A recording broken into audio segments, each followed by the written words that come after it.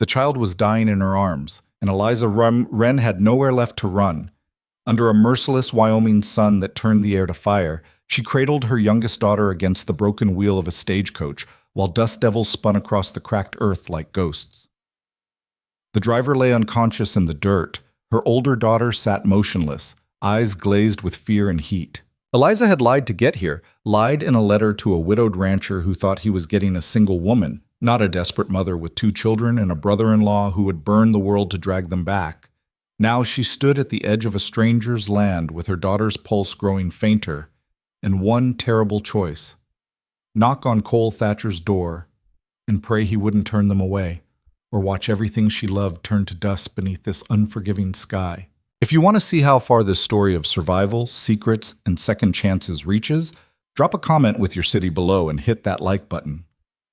Now let me take you back to where it all began. The heat had teeth. That was Eliza's first thought when she stepped off the stagecoach onto Wyoming soil 3 days earlier, her daughters pressed close on either side. The sun didn't just warm, it consumed. It pulled moisture from skin, turned breath to sand, made every shadow precious as water. She'd known the frontier would be harsh, but she hadn't understood that harshness could be a physical weight pressing down from a cloudless sky. "Mama, I'm thirsty." Claire's voice was small, threads of sound barely holding together. "I know, baby. Soon." Eliza smoothed her younger daughter's sweat-dampened hair, the copper curls darkened to rust. 8 years old and already carrying more fear than any child should know. "Just a little farther." Maisie, 12 and sharp as broken glass, said nothing. She stood with her arms crossed, surveying the endless expanse of brown grass and distant mountains with the suspicious eyes of someone who'd learned that new places were just old dangers in different clothes. The driver, a weathered man named Hutchins, had promised them 2 days to Cole Thatcher's ranch. The trail between Cheyenne and the remote valley wasn't much traveled, he'd explained, but it was passable if you knew the way and had enough water. They'd had enough water. Past tense. The first canteen had leaked, soaking through Eliza's trunk and ruining half her spare clothes before anyone noticed. The second had lasted until yesterday afternoon, when Hutchins misjudged a rocky stretch, and the wagon pitched sideways, sending the canteen flying into brush so thick they'd spent an hour searching before giving up. The third was supposed to carry them through. It hadn't. Now, with the sun at its zenith and the temperature climbing past anything Eliza had ever endured, Hutchins pulled the horses to a stop and climbed down from his seat. His movements were slower than they'd been that morning, uncertain. "Something wrong?" Eliza's throat was so dry the words scraped. "Trail's not right." Hutchins squinted at the horizon, then back the way they'd come. "Should have seen the ridge by now. That rock formation with the split top. Looks like a church steeple. It's the marker, but I don't see it." Cold fear cut through the heat. "Are we lost?" "Not lost. Just turned around some." But his eyes betrayed him. "I'll get us straightened out. Just need to think a minute." Maisie made a sound that might have been a laugh if it had held any humor. "We're lost." "Maisie," Eliza's voice carried warning. "We are, Mama. Look at him. He doesn't know where we are." Maisie turned to face her mother, and in her eyes was an accusation that cut deeper than words. "You did this. You brought us here. This is your fault." She wasn't wrong. Eliza had made the choice 6 weeks ago, sitting in a boarding house in St. Louis, with $23 to her name and Gideon Wren's shadow growing longer every day. Her late husband's brother had started with sympathy after Thomas died, offering help, bringing food, playing the concerned family member. But sympathy had curdled into something darker. The way he looked at Maisie, the way his hand lingered too long on Eliza's shoulder. The night he'd stood outside their door for 2 hours, just waiting, just breathing on the other side of thin wood. The law wouldn't help. Gideon was respectable, a businessman with friends in city offices. She was a widow with 2 daughters and no proof of anything except her own mounting fear.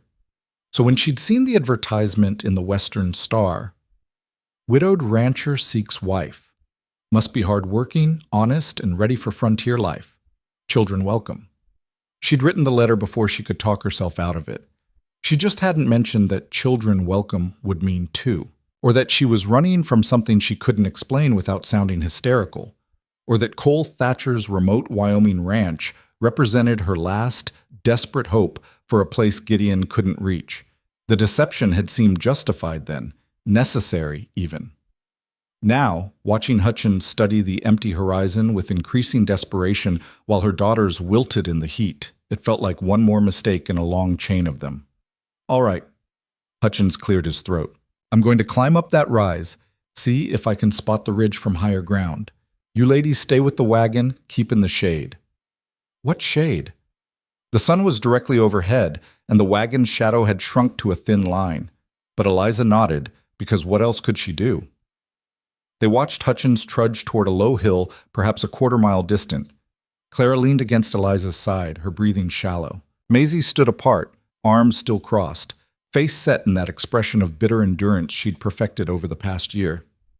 This was stupid, Maisie said quietly. Maisie, it was, Mama, coming all the way out here to marry some stranger. We should have stayed in St. Louis. We could have managed. No. The word came out harder than Eliza intended. We couldn't, you know that. Because of Uncle Gideon. Maisie's voice dripped scorn. You're so scared of him, but he never actually did anything. He was just waiting. Eliza cut her off. He was waiting, Maisie. Waiting for the right moment, the right excuse. Men like that are patient, and when they finally move, it's too late to run. Maisie's jaw worked. She wanted to argue. Eliza could see it, but she was also old enough to remember the night Gideon had stood outside their door. Old enough to have felt the same cold fear that had driven Eliza to this desperate gamble. I'm hot, Clara whispered. I know, sweetheart. My head hurts. Eliza pressed her lips to Clara's forehead and felt heat that had nothing to do with the sun. Fever. Already. Just rest. As soon as Mr. Hutchins finds the way, we'll get you water. But Hutchins didn't come back. They waited in silence, broken only by the buzz of insects and the occasional stamp of the horses. The sun crawled across the sky with agonizing slowness. Claire's breathing grew more labored. Maisie finally sat down, her defiance crumbling into exhaustion. Mama? Claire's voice was barely audible. Are we going to die? No. Eliza pulled her closer. No, baby, we're not. But she'd made promises before. Some of them she'd been able to keep. When another 30 minutes had passed with no sign of Hutchins, Eliza made herself stand. Every muscle protested. Her lips had cracked, her tongue felt swollen, and dark spots danced at the edges of her vision. I'm going to look for him. Mama, no. Maisie was on her feet instantly. You can't leave us. I'll be gone 5 minutes. Stay in the wagon. If I'm not back soon, or if you see anyone at all, you call out. Understand? Maisie's face had gone white beneath the sunburn. Don't leave us. 5 minutes. Eliza forced strength into her voice she didn't feel. I promise. She walked toward the rise where Hutchins had gone, her skirts dragging through dust that puffed up with each step. The hill was farther than it looked. Distance played tricks in this empty land. By the time she reached the top, her heart was pounding, and sweat ran in rivulets down her spine. From the higher vantage, she could see for miles.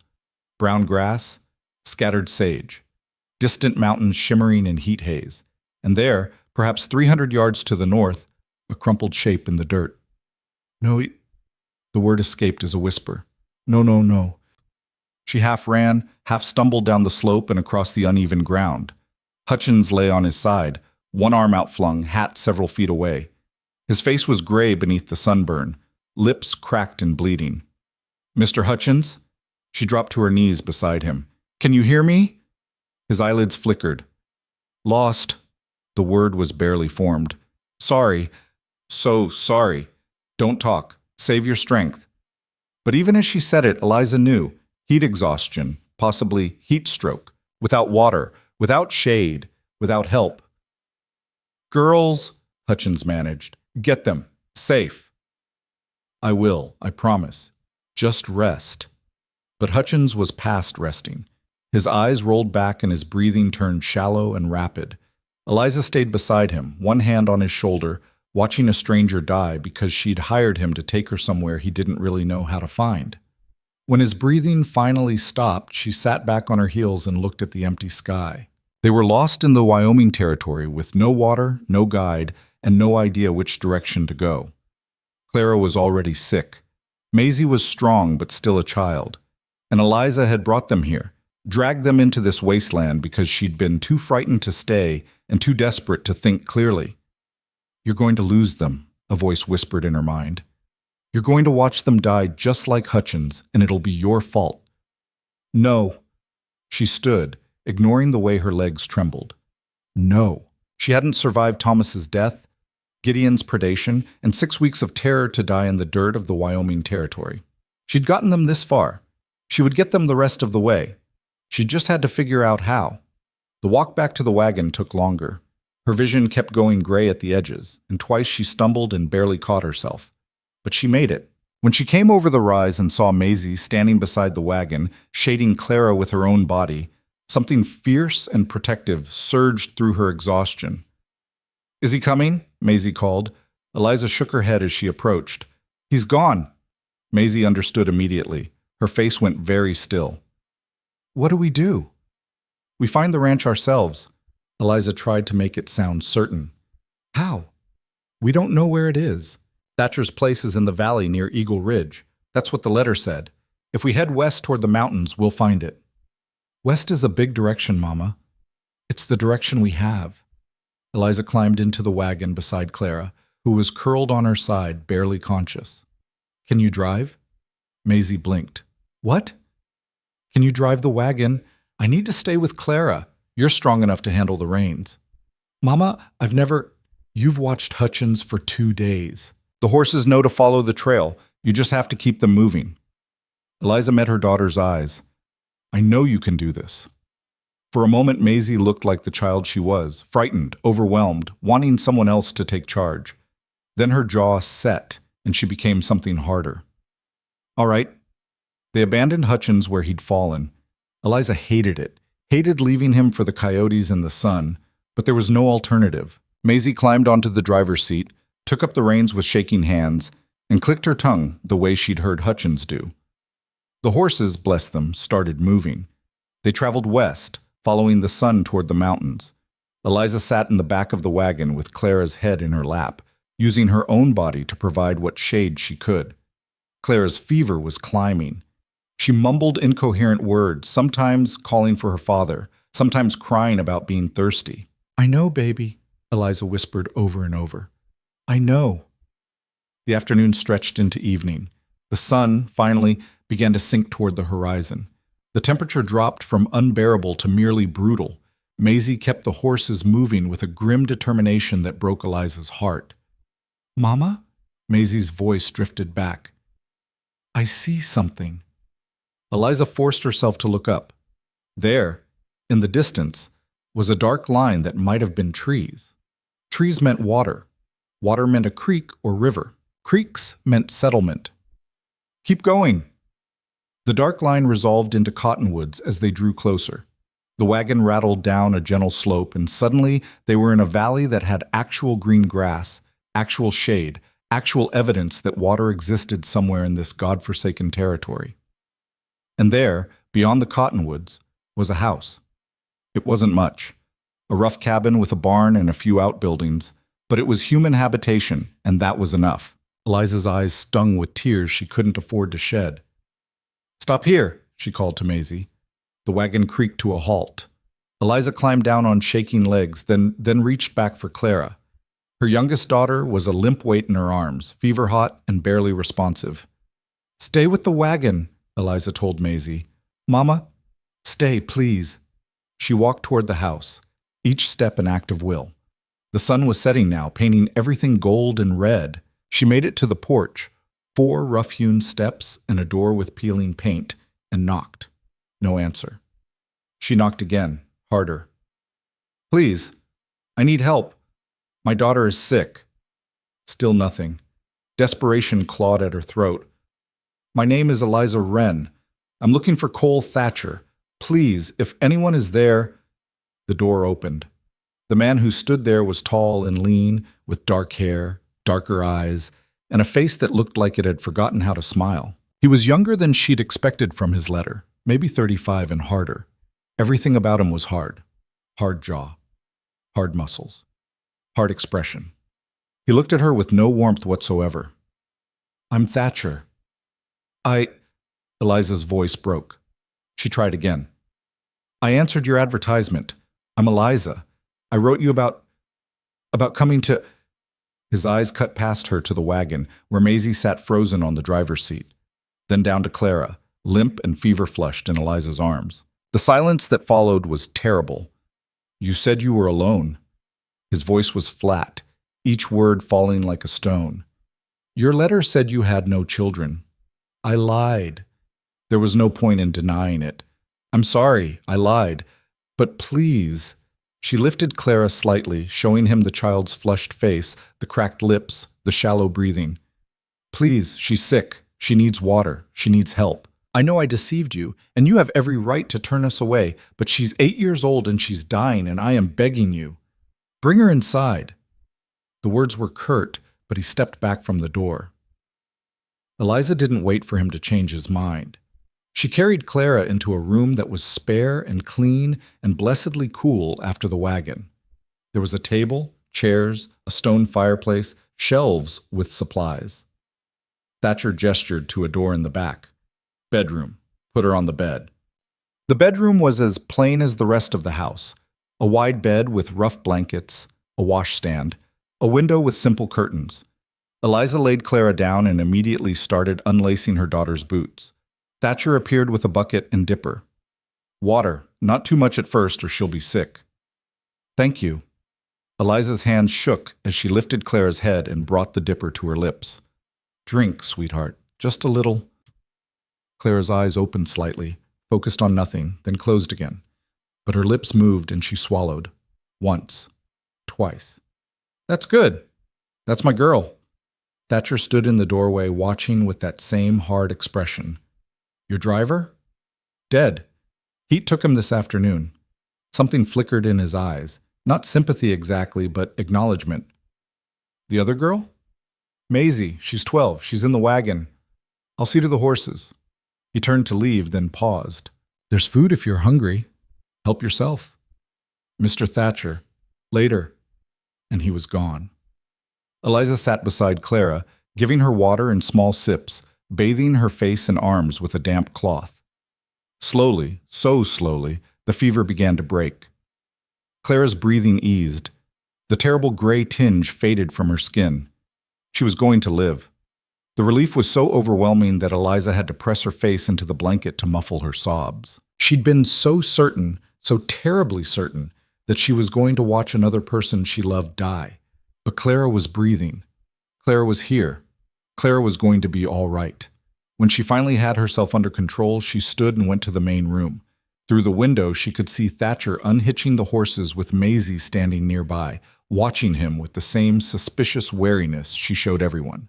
Eliza found bread, cheese, and dried meat laid out on the table.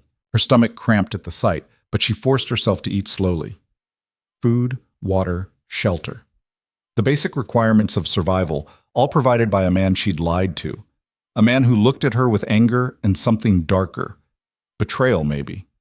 She'd deal with that. She had to. But right now, all that mattered was that her daughters were safe. The door opened and Maisie came in, Thatcher behind her. Maisie's eyes found Eliza immediately. Clara? She's sleeping. The fever broke. She's going to be fine. Maisie's shoulders sagged with relief so profound she looked like she might collapse. Thatcher gestured to the table. Eat, then we talk. Maisie ate like someone who'd forgotten what food was, shoving bread and cheese into her mouth with desperate efficiency. Thatcher leaned against the wall, arms crossed, waiting. When Maisie finally slowed down, he spoke. Tell me the truth. All of it. So Eliza did.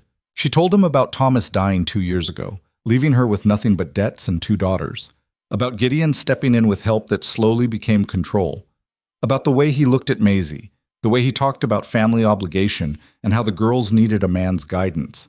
About the night he'd stood outside their door, breathing and waiting, while she'd held a kitchen knife and prayed he wouldn't force the lock. She told him about the advertisement, about the lie, about the choice between staying in St. Louis, where Gideon could reach them, or running to a place so remote he'd never find them.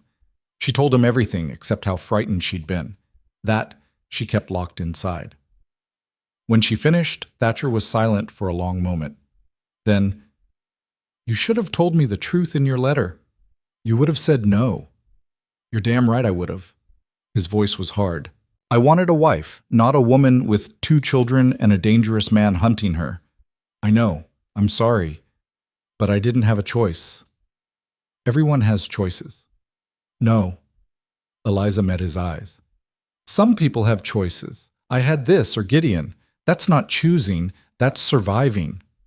Maisie watched them both, tension written in every line of her body, ready to run, ready to fight, ready for this stranger to throw them out into the dark.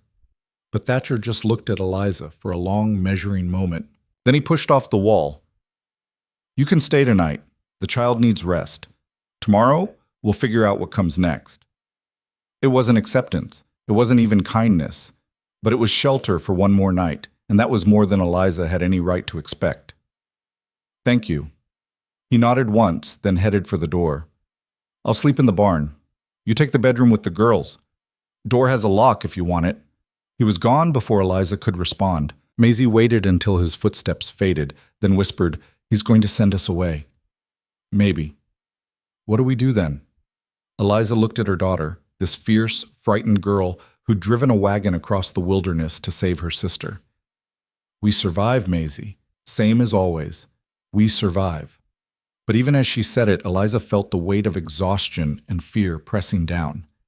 They'd made it here. They'd found Cole Thatcher's ranch. Clara was alive. But the hardest part was just beginning. That night, Eliza lay in Cole Thatcher's bed with her daughters on either side of her, listening to them breathe. Clara slept deeply, her fever gone, her body finally released from crisis. Maisie was awake. Eliza could tell by the quality of her stillness, but pretending to sleep. Through the window, moonlight painted the valley silver. Somewhere out there, Thatcher was in his barn, probably lying awake and cursing the lying widow who'd invaded his carefully ordered solitude. Eliza couldn't blame him, but she also couldn't regret it. Clara was alive. They had food, water, shelter. For tonight, that was enough. Tomorrow she'd face Thatcher's anger and whatever decision he made about their future. Tomorrow she'd have to be strong again, persuasive again, whatever it took to convince him to let them stay. But tonight, she let herself be weak. She let herself lie in a stranger's bed and feel the impossible relief of still having both her daughters breathing beside her. The Wyoming night was cold after the brutal heat of day. Eliza pulled the blanket up over all 3 of them and closed her eyes. She'd lied to get here. She'd deceived a man who'd been looking for honesty. She'd brought danger to his doorstep and children he'd never agreed to. But she'd also kept her daughters alive. In the calculus of motherhood, that balanced the scales. Outside, a coyote called to the moon, a long, wavering cry that sounded like all the loneliness in the world given voice. Eliza listened until it faded into silence, then let sleep take her. Whatever tomorrow brought, she'd face it. She'd survived this far. She could survive one more day, and then another, and another. For as long as it took to build something here that Gideon Wren could never touch. The last thing she thought before sleep claimed her was a prayer disguised as determination. Please let him give us a chance. Just one chance. That's all we need. Then darkness and the deep sleep of the utterly exhausted. In the barn, Cole Thatcher lay on a pile of hay with his saddle for a pillow and stared at the rafters. He'd been alone for 3 years. 3 years of silence and work and the careful construction of a life that required nothing from anyone. Now there were children in his house, a woman in his bed, voices where there'd been none. He should send them away at first light. He knew that. They'd lied, brought complications he didn't want, threatened the peace he'd fought so hard to achieve. But the image of that child, Clara, the woman had called her, burning with fever in her mother's arms, kept rising in his mind. 8 years old, the same age his daughter would have been. If she'd lived. Thatcher closed his eyes and tried not to remember. But memory didn't care what he wanted. It came anyway, brutal and complete. Sarah's face. The baby's cry cutting off too soon. The winter that took them both and left him with nothing but a ranch too big for one man and a silence that never ended. He'd thought he wanted it that way. Silence. Solitude. No more chances to lose what he loved. But now there were children in his house. and one of them had almost died, and he'd carried her inside because what else could a man do when a child was dying in front of him? Tomorrow. He'd deal with it tomorrow.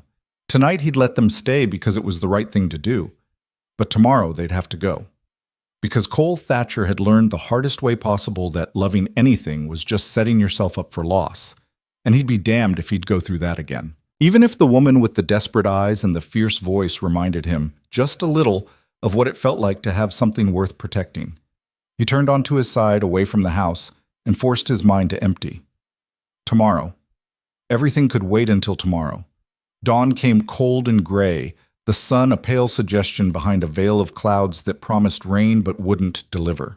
Eliza woke to the sound of an axe biting wood, steady, rhythmic, relentless. She extracted herself carefully from between her daughters and went to the window. Cole Thatcher was splitting logs in the yard, his movements efficient and controlled. He'd already been at it long enough to build a considerable pile. Working off anger, she thought, or working up the resolve to tell them to leave. Clara stirred behind her. "Mama?" "I'm here, baby." Eliza returned to the bed, pressed her hand to Clara's forehead. "Cool. No fever." "How do you feel?" "Thirsty. And my head still hurts a little." "That's the sun from yesterday. It'll pass." Eliza helped her sit up, brought her water from the bucket Thatcher had left. "Drink slow." Maisie was awake too, watching them both with eyes that hadn't fully closed all night. "What's he doing?" "Chopping wood." "Is he mad?" "Probably." Eliza kept her voice steady. "Get dressed. We need to talk to him before he decides for us." They dressed quickly in yesterday's dusty, sweat-stained clothes. Eliza did what she could with her hair, pinning it back with hands that wanted to shake. Then she sent the girls to wash at the pump outside while she straightened the bed and tried to make the room look less invaded. When she emerged, Thatcher had stopped chopping. He stood with the axe resting against the chopping block, watching Maisie show Clara how to work the pump handle. His expression was unreadable. Eliza walked over, stopped a careful distance away. "Good morning." "Morning." He didn't look at her. "How's the child?" "Better. The fever's gone. She's weak, but she'll recover." "Good." He pulled the axe free, set it aside with deliberate care. "We need to talk." "I know." He finally met her eyes. In daylight, she could see details she'd missed last night. The lines around his mouth that spoke of grief held too long, the calluses on his hands, the way he held himself like a man who'd learned not to lean on anything or anyone. "I want you gone by noon," he said quietly. "I'll give you supplies, food, water, enough to get you to the nearest town. You can take the wagon, but I can't have you here." It was what she'd expected, but hearing it still felt like a fist to the stomach. "Mr. Thatcher, you lied to me." His voice stayed level, but something hard edged each word. "You looked me in the eye through that letter and told me you were alone. You knew I wouldn't take a woman with children. You knew that and you lied anyway." "Yes." No point denying it. "I did." "Then you understand why I can't trust you." "I understand why you're angry. But, Mr. Thatcher, please, where do you expect us to go? The nearest town is 3 days back the way we came, and we barely made it here. Clara almost died. If we go back out there, then you should have thought of that before you came." He looked past her to where the girls stood by the pump, Clara leaning against her sister. "I'm sorry, I am, but I can't do this." "Can't or won't?" His jaw tightened. "Both." "Because of what I did, or because they're children?" The question hit something. She saw it in the way his shoulders went rigid, the way his hands flexed once before going still. When he spoke again, his voice was quieter. "I lost my wife and daughter 3 years ago. I came out here to get away from all of it. I'm not looking to replace them. I'm not looking for family. I put that advertisement in the paper because this ranch needs 2 people to run it properly, and I thought a wife would be simpler than hiring help. That's all it was supposed to be. Simple. Practical." "Life is never simple, Mr. Thatcher." "It was until you showed up." Eliza drew a slow breath. She could beg. She could throw herself on his mercy, paint pictures of what would happen to them if he sent them away. But she'd learned that men who'd closed themselves off to feeling didn't respond to emotional appeals. They responded to reason. "You're right," she said. "I lied. I deceived you. I brought complications you didn't want. but I'm also exactly what your advertisement asked for. I'm hardworking. I'm honest about everything except what I had to lie about to survive. And I'm ready for frontier life because I don't have a choice. You need help running this ranch. I can give you that. My daughters can help too. Maisie's strong and smart. Clara's young, but she's learning. We can earn our keep.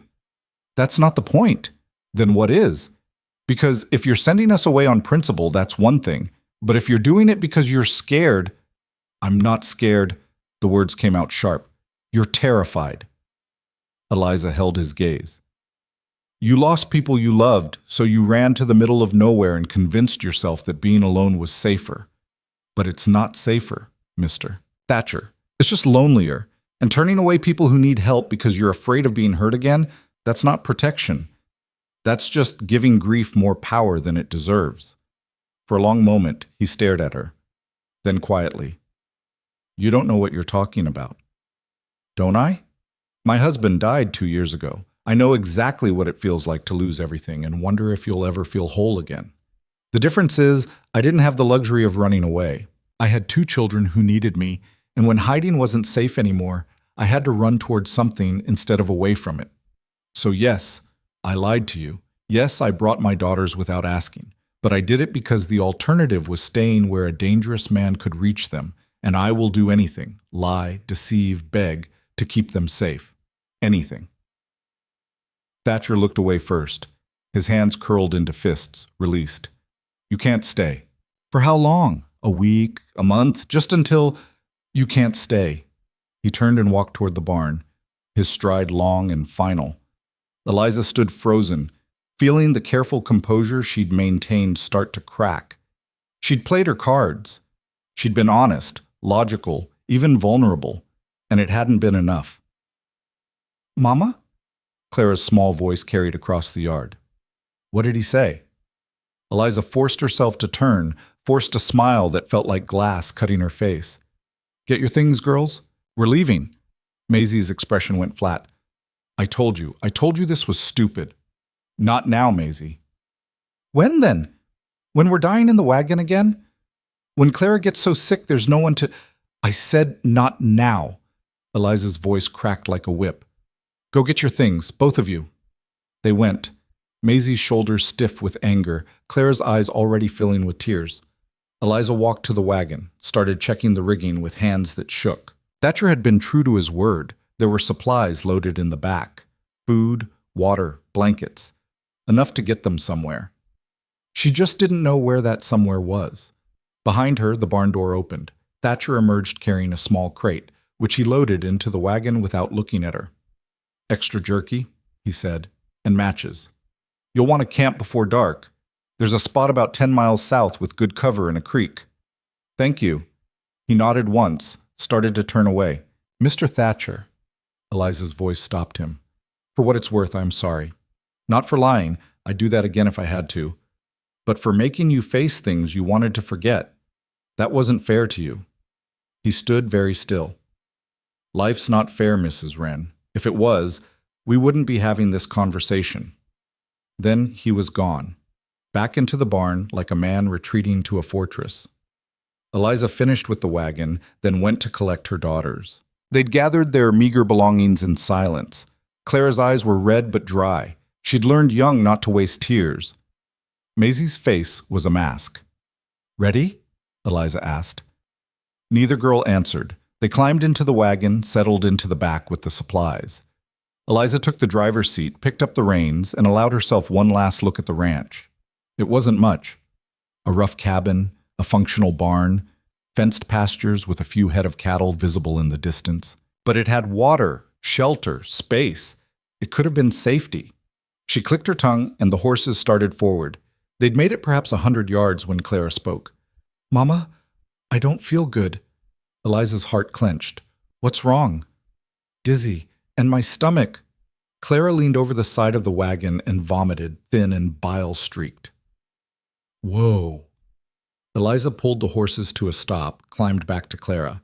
Her daughter's face was pale, her skin clammy. Not fever this time, but dehydration and exhaustion. The body shutting down again after being pushed too far. She needs rest, Maisie said. Real rest, not bouncing around in a wagon. Eliza knew that. But what choice did they have?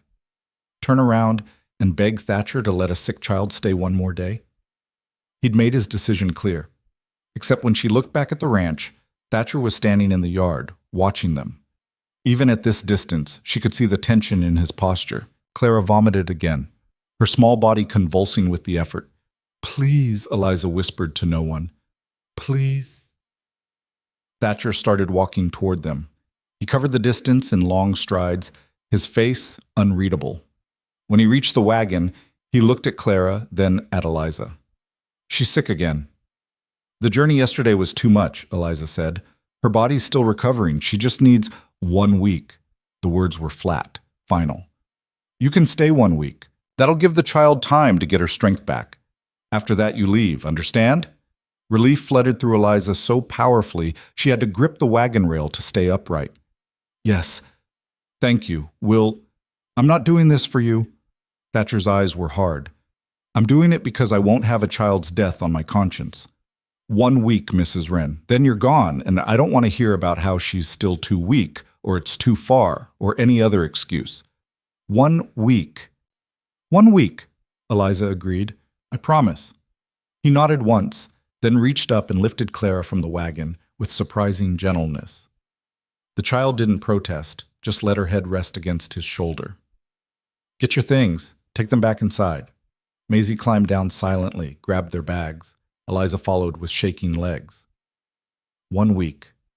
It wasn't much, but it was more than they'd had 5 minutes ago. It was enough to work with. They settled back into the cabin with careful quiet, as though too much noise might remind Thatcher he'd made a mistake. Clara went immediately to bed. Maisie sat at the table, her face carefully blank. Eliza stood in the middle of the room and tried to figure out what to do next. The answer came from an unexpected place. Through the window, she could see the state of the yard.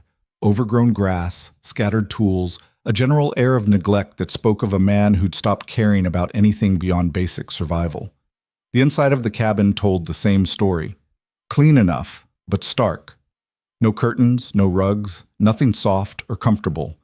A place to exist, not to live. If she wanted to earn more than 1 week, she'd have to prove their value. She started with the dishes. There weren't many. Thatcher apparently didn't believe in accumulation, but what existed was stacked haphazardly on shelves. Eliza washed everything, dried it, reorganized the shelves by size and function. Then she swept the floor, cleared cobwebs from the corners, wiped down surfaces that hadn't seen a cloth in months. Maisie watched for a while, then quietly joined in. Together they transformed the cabin from bachelor quarters to something approaching a home. Thatcher came in at noon, stopped in the doorway, and stared. "Needed something to do," Eliza said simply. "Hope you don't mind." He grunted something non-committal and went to check on his pantry. Eliza had reorganized that too, but she'd been careful not to throw anything away, just created order where there'd been chaos. "There's bread and cheese if you're hungry," she offered. "I can make something hot if you prefer." "Bread's fine." He took what he needed, then retreated outside to eat alone. Eliza watched him go and made a decision. He wanted distance? She'd give him distance, but she'd also make sure he saw every single day what they could offer. Not companionship, he'd made clear he didn't want that, but competence, capability, value.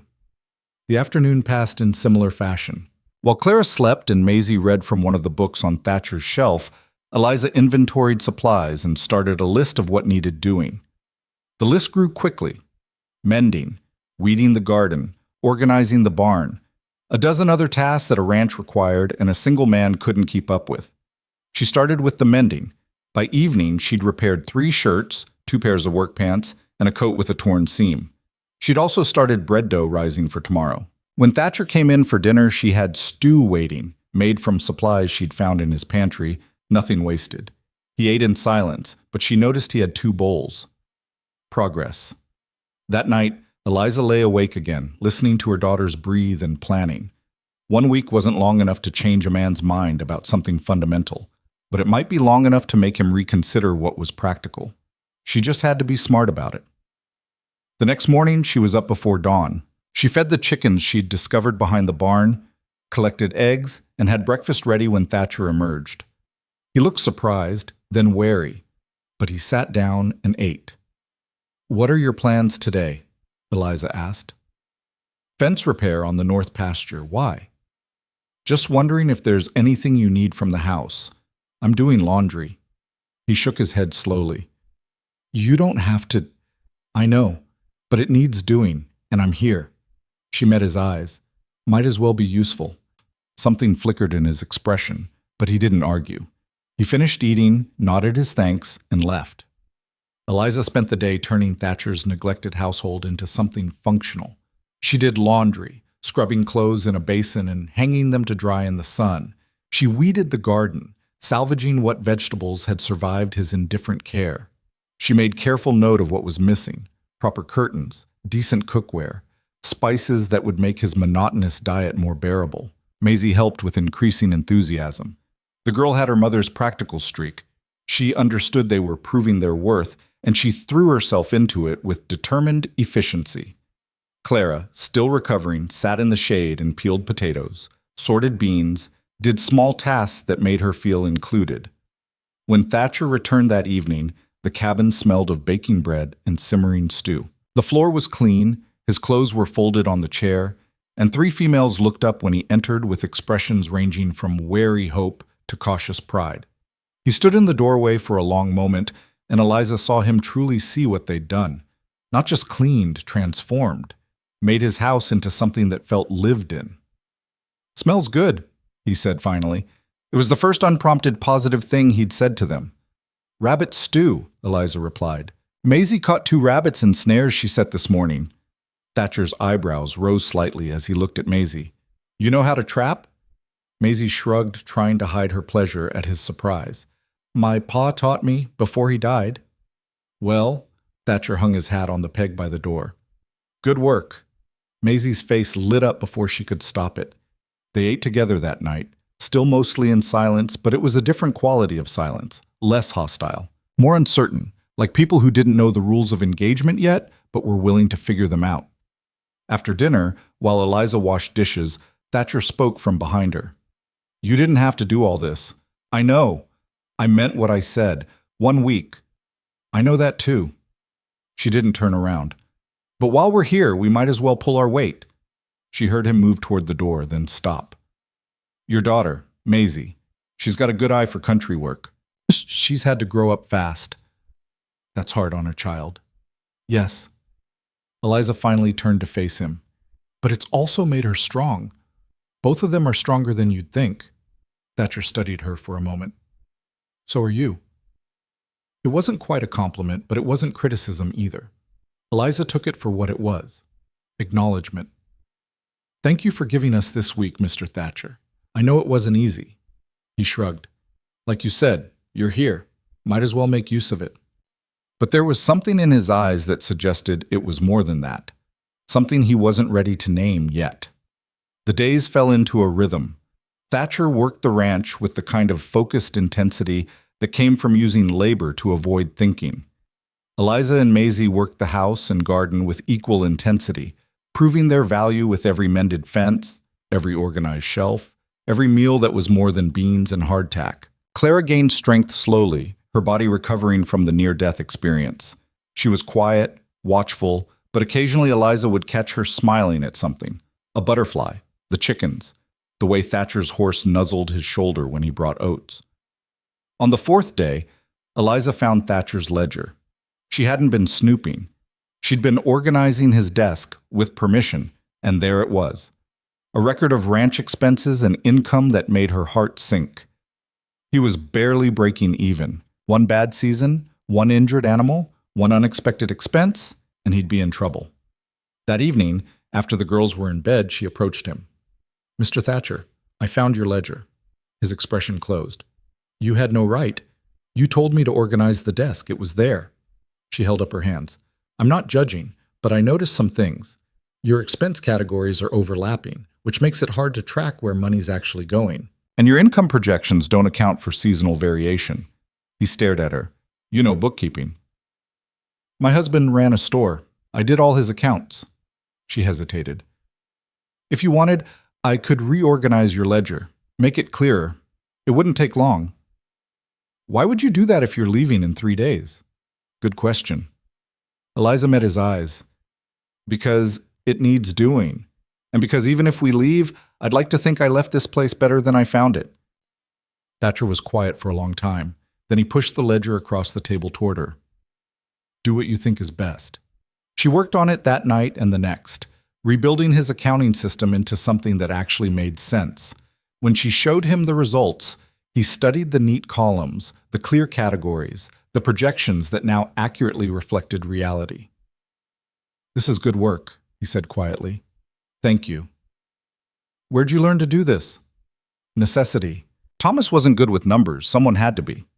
Thatcher ran a finger down one column, then looked up at her. The week's almost over. I know. Claire's better now. Yes. So you could travel. Eliza's throat tightened. Yes, we could. He closed the ledger carefully. Where would you go? I don't know. There's a town east of here. Millerville, I think the map said. We'd start there. Look for work. Find a place. She tried to sound confident, but they both knew the reality. A widow with 2 children and no references would be lucky to find factory work. They'd be poor, vulnerable, easy targets for men like Gideon if he ever tracked them down. You did good work here, Thatcher said. The house, the garden, the ledger, all of it. We tried. More than tried. He stood, walked to the window, looked out at the darkening valley. I told myself when Sarah died that I was done. Done with family, done with caring, done with risking that kind of pain again. It seems simpler to just exist. Do the work, keep the ranch running, don't let anyone close enough to hurt me. Eliza waited, hardly breathing. But the thing about living like that, he continued, is it's not really living, it's just waiting to die. He turned to face her. This week, with you 3 here, the house feels different, not just cleaner, fuller, like it's supposed to have people in it. Mr. Thatcher, I'm not saying this right. He rubbed the back of his neck, frustrated. What I mean is, you could stay, if you wanted, not as, I don't know what as. We'd figure it out. But you'd have a place here. Safety. For you and the girls. Eliza's heart hammered. Are you sure? No. He laughed, a short, sharp sound. I'm not sure of anything except that sending you back out there feels wrong, and having this place go back to being empty feels wrong, and maybe 2 wrongs don't make a right, but at least they add up to something. It wasn't a declaration of love or even affection. It was practical, tentative, guarded, but it was also an offer of exactly what they needed: shelter, safety, a chance. Yes, Eliza said. Yes, we'll stay. Thatcher nodded, relief flickering across his face before he locked it down again. Good. Then tomorrow we'll need to discuss terms, how this works, what the arrangement is. Of course. And rules, boundaries, He stopped, started again. I'm not ready for more than this. A working arrangement. I understand. Do you? He looked at her intently. Because I need you to know what you're agreeing to. I'm not going to be a father to your daughters. I'm not going to be a husband to you in anything but name. This is about survival and practicality, nothing more. That's all I'm asking for, Eliza said, even though part of her knew it was a lie. She was asking for safety. She was asking for a home. And maybe eventually she was asking for the kind of partnership that could become something more. But she could wait for that. She could be patient. She'd survived worse than patience. Then we have an agreement, Thatcher said. He held out his hand, and after a moment, Eliza shook it. His grip was firm, calloused, warm. When she went to bed that night, she lay between her daughters and let herself feel something she hadn't felt in 2 years. Hope. Fragile, uncertain hope, but hope nonetheless. They could stay. They had a place. And if Cole Thatcher needed to pretend this was purely practical, she could let him have that fiction. Because she'd seen the way he looked at Clara when he thought no one was watching. She'd seen the way he listened when Maisie talked about her trapping. She'd seen the way his shoulders had relaxed over the course of the week. The way the hard lines around his mouth had softened just slightly. He was a man who'd convinced himself he was done with feeling, but feelings didn't ask permission, they just were. And Eliza was nothing if not patient. She could wait for Cole Thatcher to figure out what she already knew, that some risks were worth taking even when you'd been hurt before. That family wasn't just blood, but choice and effort, and showing up day after day. That sometimes the best things came from the worst circumstances, if you were brave enough to let them. Outside, the Wyoming night was vast and cold. But inside, in a rough cabin in a remote valley, four people who'd all lost something had found the beginning of something new. It wasn't perfect. It wasn't even easy. But it was a start. The arrangement worked for exactly 11 days before the first crack appeared. Eliza woke to raised voices outside, Thatcher's low rumble and another man's sharper tone. She pulled on her wrapper and went to the window. A stranger stood in the yard, heavy-set and red-faced, gesturing emphatically, while Thatcher listened with his arms crossed. Maisie appeared at her elbow. "Who's that?" "I don't know. Stay inside with Clara." Eliza slipped outside, keeping to the porch. The stranger noticed her immediately, and his expression shifted from anger to something calculating. "Well now," he said. "Didn't know you had company, Thatcher." "She's my wife." Thatcher's voice was flat. "What do you want, Brennan?" Wife. The word hung in the air like smoke. They hadn't discussed using that term yet, hadn't made anything official beyond the handshake agreement that she could stay. But Thatcher had claimed it without hesitation, and Eliza understood why. A woman living unmarried in a bachelor's home was fodder for exactly the kind of trouble this man's eyes promised. Brennan's gaze raked over Eliza with open speculation. "Wife, that's so." "Funny, I was in Millerville 2 weeks back and didn't hear about any wedding." "We kept it quiet." Thatcher shifted slightly, putting himself more fully between Brennan and the house. "Now state your business or move along." "My business is that fence line on the eastern border. You've got posts on my side of the boundary marker." "Those posts have been there for 5 years. Your father agreed to the line when he sold me the land." "My father's dead." Brennan smiled without warmth. "And I'm reviewing all his arrangements. That strip of land should be mine, and I want the fence moved." "No." "No?" Brennan's face darkened. "You don't get to just say no, Thatcher. That's my land." "It's not. I have the deed properly marked and witnessed. If you have a problem with it, take it up with the land office in Cheyenne." "Maybe I'll do that. And maybe while I'm at it, I'll mention how you've got a woman and children living here now. Folks might be interested to hear about that, seeing as how nobody in town knew Cole Thatcher was the marrying kind." The threat was barely veiled. Eliza felt ice slide down her spine. This was exactly what she'd feared. Attention, questions, the kind of scrutiny that could lead someone to wire back to Missouri asking about a widow named Eliza Wren. Thatcher's voice dropped dangerously low. "You threatening me, Brennan?" "Just making conversation." Brennan turned his horse. "But I'll be back about that fence line. You can count on it." He rode off, leaving dust and tension in his wake. Thatcher stood motionless until he was out of sight, then turned to Eliza. "I'm sorry. I shouldn't have called you my wife without asking first." "No, you did right. A man like that—" She wrapped her arms around herself.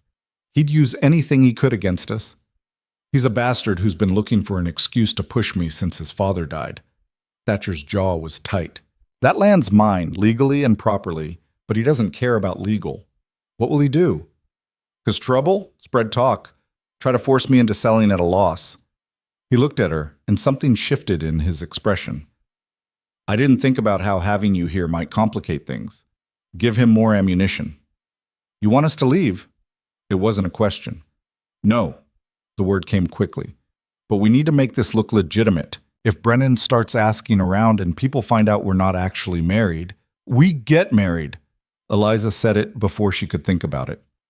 "For real, legally." Thatcher stared at her. "You'd do that?" "It's practical, like you said. An arrangement. But one that gives us both legal protection." She met his eyes. "You need help running this ranch. I need safety for my daughters. A marriage license accomplishes both." "Marriage is more than a piece of paper." "It can be. Or it can be exactly what we make it. A contract between two people who need each other for practical reasons." She kept her voice steady. "You said yourself this was about survival and practicality. Well, this is the most practical solution." He was quiet for a long time, studying her face like he was looking for the trap. Finally, "You're sure?" "Yes." "It wouldn't be a real marriage, not in the ways that usually matter." "I know." And you'd be willing to... He stopped, started again. You'd take my name, be legally bound to me, without any expectation that I'd be a husband in truth? Yes. Eliza forced herself to sound certain. I understand what this is, Mr. Thatcher. I'm not expecting romance or affection, just partnership. Another long silence. Then Thatcher nodded slowly. All right, we'll go to town tomorrow. Make it official. He walked away before she could respond, heading toward the barn with his shoulders tight. Eliza stood on the porch, watching him go, and wondered what she'd just agreed to. A practical marriage to a man who'd made it abundantly clear he had nothing left to give emotionally. A legal binding that would protect her daughters but trap her in a partnership with someone who saw her as useful at best. It was still better than Gideon. She clung to that thought as she went back inside to tell the girls they were about to acquire a stepfather who didn't want to be one. The ride to Millerville the next day was tense. Thatcher drove the wagon with Eliza beside him, the girls in back. Nobody spoke much. What was there to say? They were on their way to formalize a lie into legal truth. Millerville was larger than Eliza had expected, a proper town with a main street, general store, blacksmith, hotel, and church. People watched as they rolled past, curious eyes tracking the unknown woman sitting beside Cole Thatcher. The land office doubled as the justice of the peace. A thin man with wire spectacles looked up when they entered. Help you? Need to register a marriage, Thatcher said. The clerk's eyebrows rose slightly. Well now, Cole Thatcher getting married. That's news. His gaze slid to Eliza. And who's the lucky lady? Eliza Wren, soon to be Thatcher. Any witnesses? The girls can witness, Thatcher said, gesturing to where Maisie and Clara stood uncertainly by the door. Children can't witness legal documents. Need 2 adults? The clerk tapped his pen against the ledger. I can be one. Just need to find someone else. As if summoned by the problem, the door opened and a woman swept in. Middle-aged, well-dressed, with sharp eyes that took in everything at once. Joseph, I need you to... Oh. She stopped, looking at their group with undisguised interest. I'm interrupting. Actually, Mrs. Brennan, your timing's perfect. These folks need a witness for a marriage certificate. Brennan, the same name as the man who'd threatened Thatcher yesterday. Eliza's stomach dropped, but Thatcher's expression didn't change. Of course. Mrs. Brennan's smile was all politeness with steel underneath. I'd be happy to help. I don't believe we've met. I'm Margaret Brennan. Eliza Wren. And these are my daughters, Maisie and Clara. Charming. Margaret's eyes lingered on the girls, then moved to Thatcher. Cole, I didn't know you were courting. It was quick, Thatcher said. Clearly. Well, Joseph, let's get these 2 properly married, shall we? The ceremony was perfunctory. They stood before the clerk's desk while he read from a book of standard vows. Thatcher's responses were steady but mechanical. Eliza's voice shook only once, when she promised to honor and cherish a man who'd explicitly told her not to expect either from him. Do you have a ring? The clerk asked. Thatcher hesitated, then pulled a thin gold band from his pocket. Eliza recognized it instantly, a woman's wedding ring, delicate and worn. His first wife's. Her throat tightened as he slid it onto her finger. It fit reasonably well, though it was loose enough to spin. The metal was warm from his pocket, and she wondered how long he'd been carrying it. I now pronounce you man and wife. The clerk made a notation in his ledger. Congratulations. Margaret Brennan signed as witness with a flourish, then smiled at Eliza with predatory warmth. You must come to tea soon. I'm sure all the ladies will want to meet Cole's new bride. That's kind of you, Eliza managed. Not at all. We're practically neighbors, after all. My son Henry's land adjoins Cole's on the eastern border. Her smile sharpened. I'm sure you'll be seeing a lot of each other. The threat was delicate but clear. They left quickly, Thatcher's hand tight on Eliza's elbow. Outside, he helped her into the wagon without speaking, then lifted the girls up. They were half a mile out of town before Maisie broke the silence. She knew. Knew what? Eliza turned to look back at her. That this isn't real. Mrs. Brennan, she knew. Thatcher's hands tightened on the reins. Doesn't matter what she thinks she knows. She's going to tell people, Maisie insisted. She's going to say you married Mama too fast, that something's wrong, and people will start asking questions. Let them ask. Thatcher's voice was hard. We're legally married now. That's all that matters. But it wasn't, and they all knew it. Legal marriage was one thing. Social acceptance was another. And in a frontier community where reputation was currency, suspicion could be as damaging as fact. That night, Eliza lay awake in the bedroom that was now legally hers by marriage. Thatcher had moved his belongings to a small room off the kitchen, insisting that she and the girls take the main bedroom. The ring on her finger felt strange and heavy. She turned it slowly, thinking about the woman who'd worn it before her. Sarah Thatcher, who'd loved Cole enough to come to this remote valley, who'd died here, along with their child, leaving him so broken he'd spent 3 years refusing to feel anything. And now Eliza wore her ring in a marriage that was legal but hollow, bound to a man who'd made it clear he could offer nothing beyond shelter and a name. A sound from the other room made her freeze, Thatcher moving around. A moment later, she heard the front door open and close. She went to the window and saw him walking toward the barn, his stride purposeful even in the dark. He couldn't sleep either. Eliza pulled on her wrapper and followed. The barn was lit by a single lantern. Thatcher stood beside his horse's stall, one hand on the animal's neck, staring at nothing. He didn't turn when she approached. Couldn't sleep? She asked quietly. Never can after going to town. Because of the people? Or the memories? Both. He finally looked at her. I met Sarah in Millerville, at the general store. She was visiting her aunt, and I was buying supplies. She dropped a bag of flour, and it split everywhere, and I helped her clean it up. A ghost of a smile crossed his face. She had flour in her hair when I asked if I could call on her. Eliza's chest ached. She must have been special. She was. Too good for this place, really. Too good for me. But she came anyway, and she never complained. Not about the isolation, not about the hard work, not about any of it.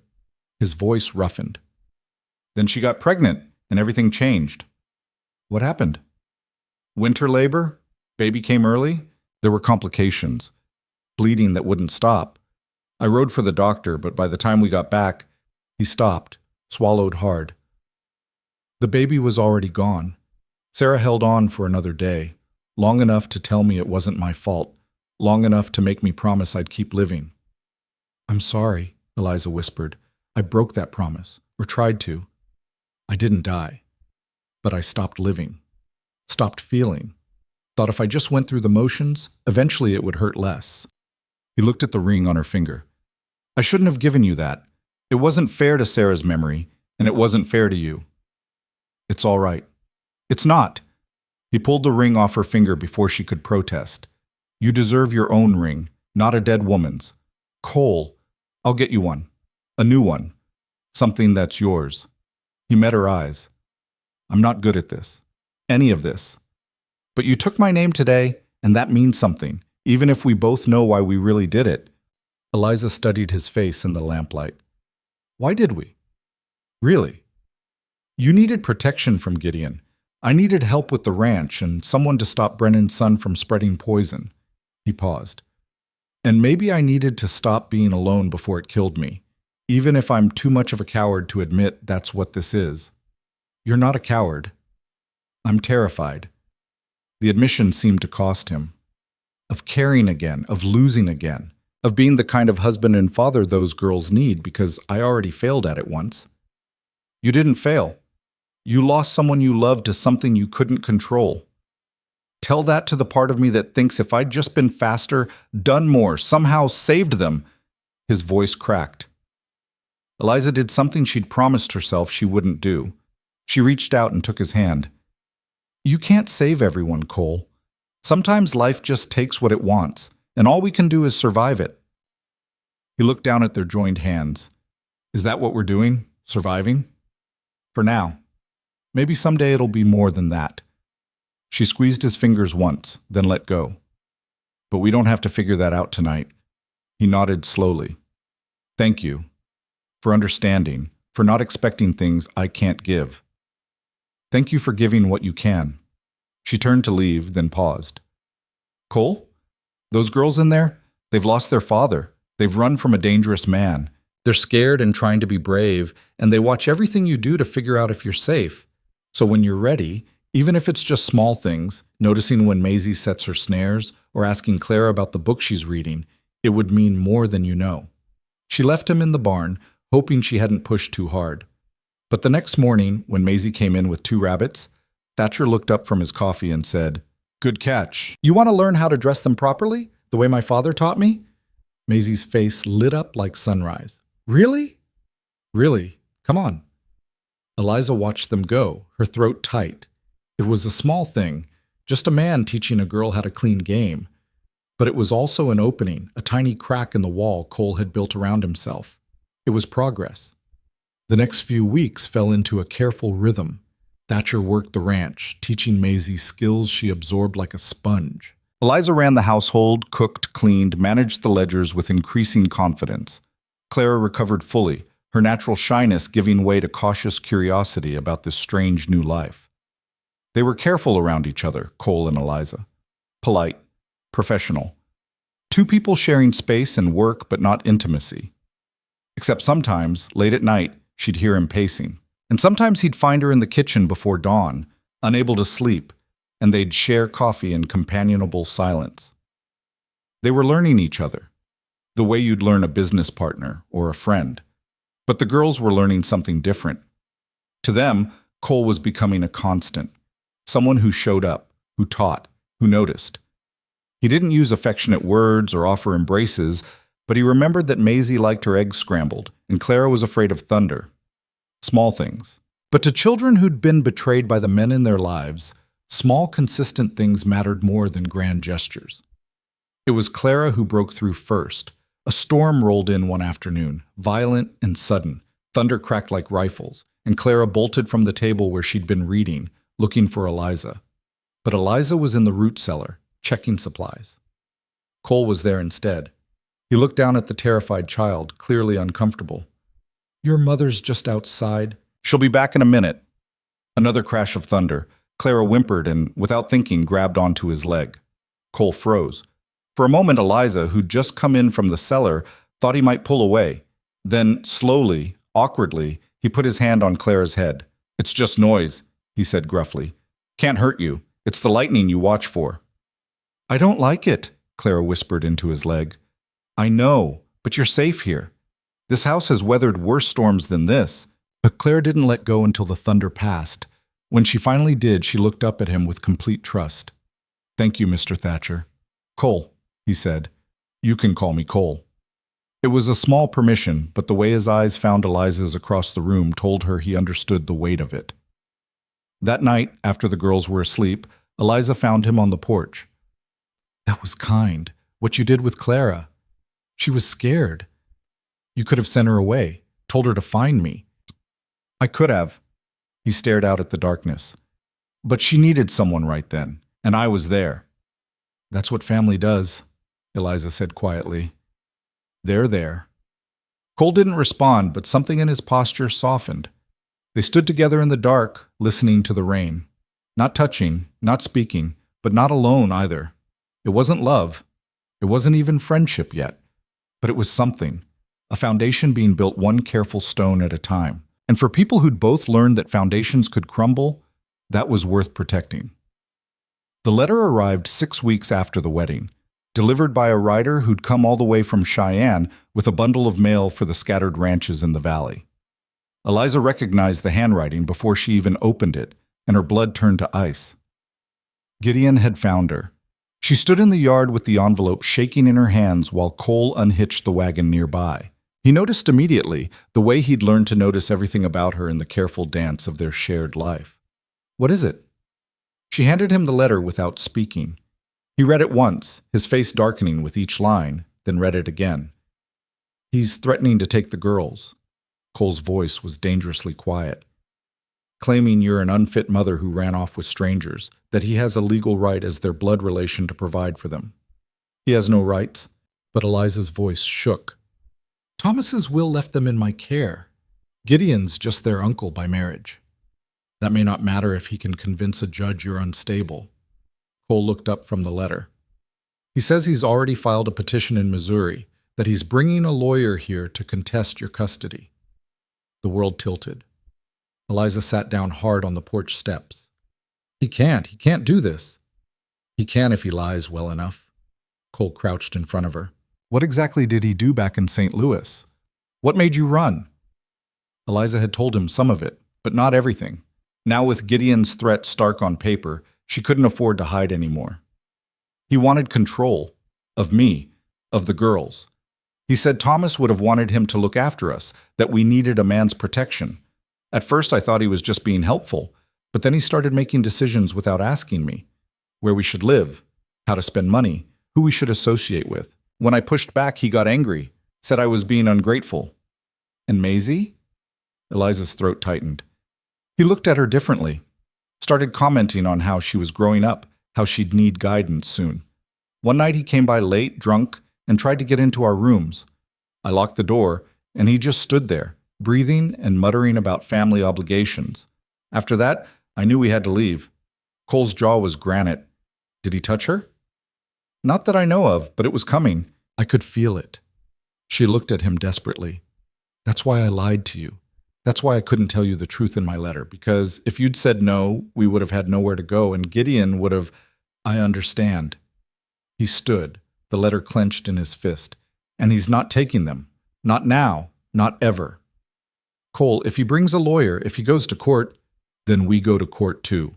We fight this. On what grounds?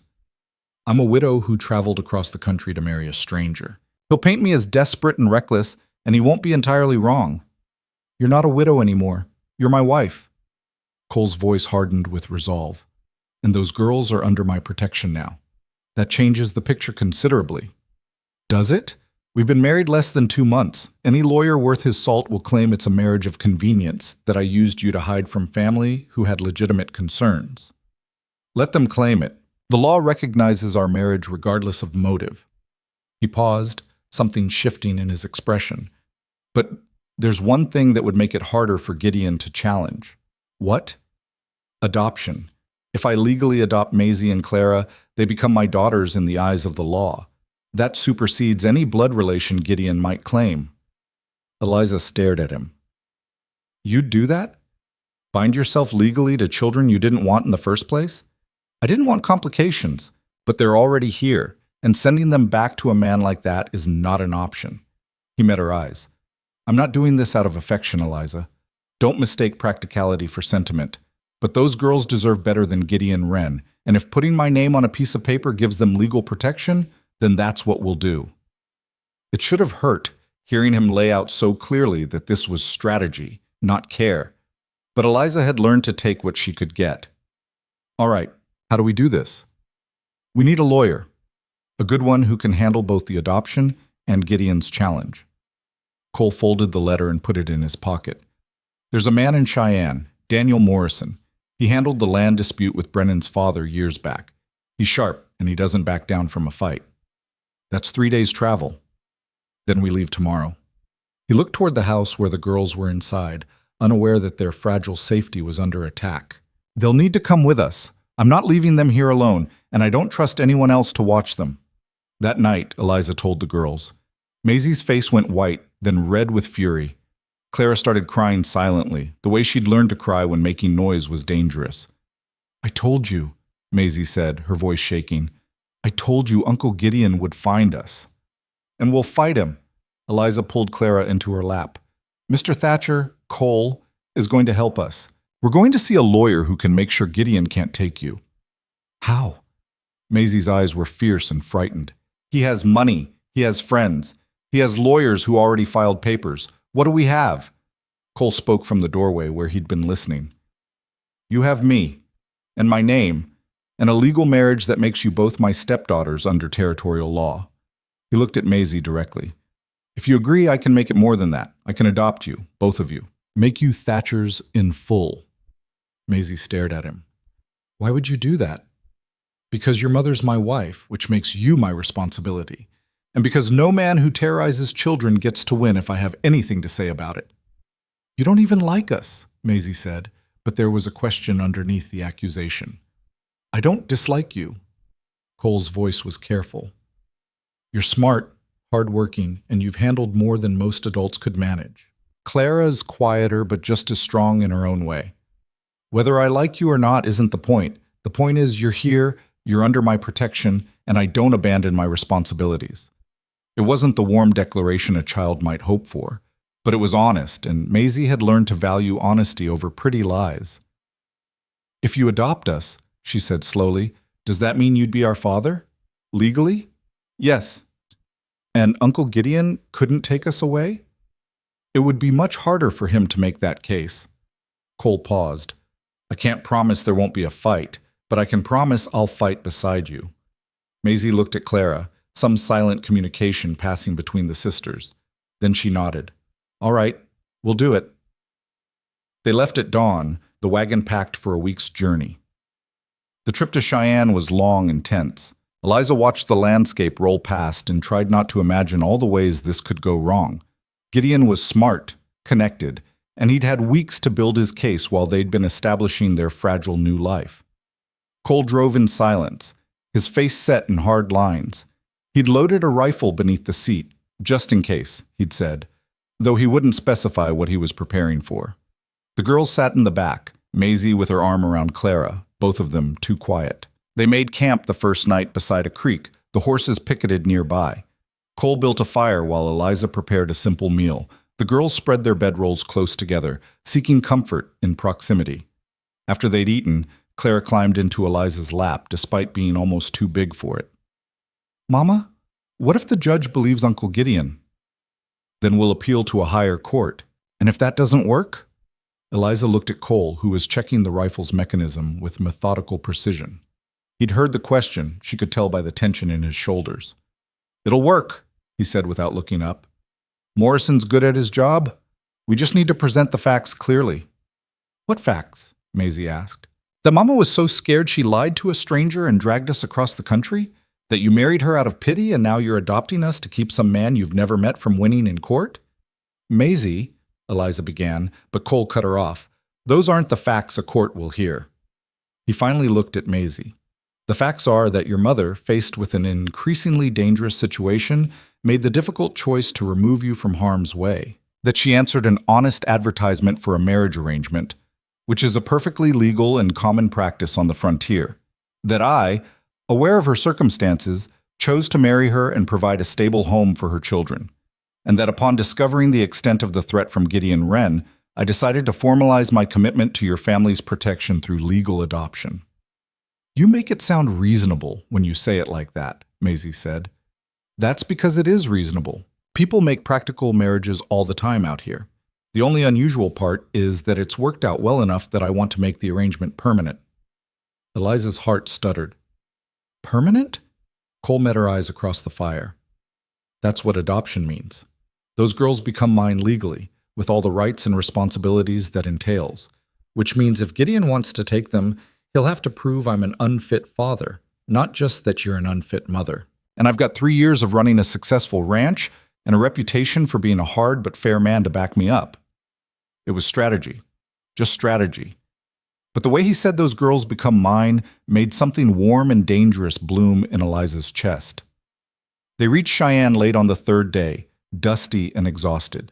The territorial capital was bigger than anything the girls had seen since St. Louis. Wide streets, brick buildings, the noise and press of civilization. Cole found them rooms at a modest hotel, then went to locate Daniel Morrison while Eliza helped the girls wash off the trail dust. He returned 2 hours later with news. Morrison will see us tomorrow morning. I gave him the basics.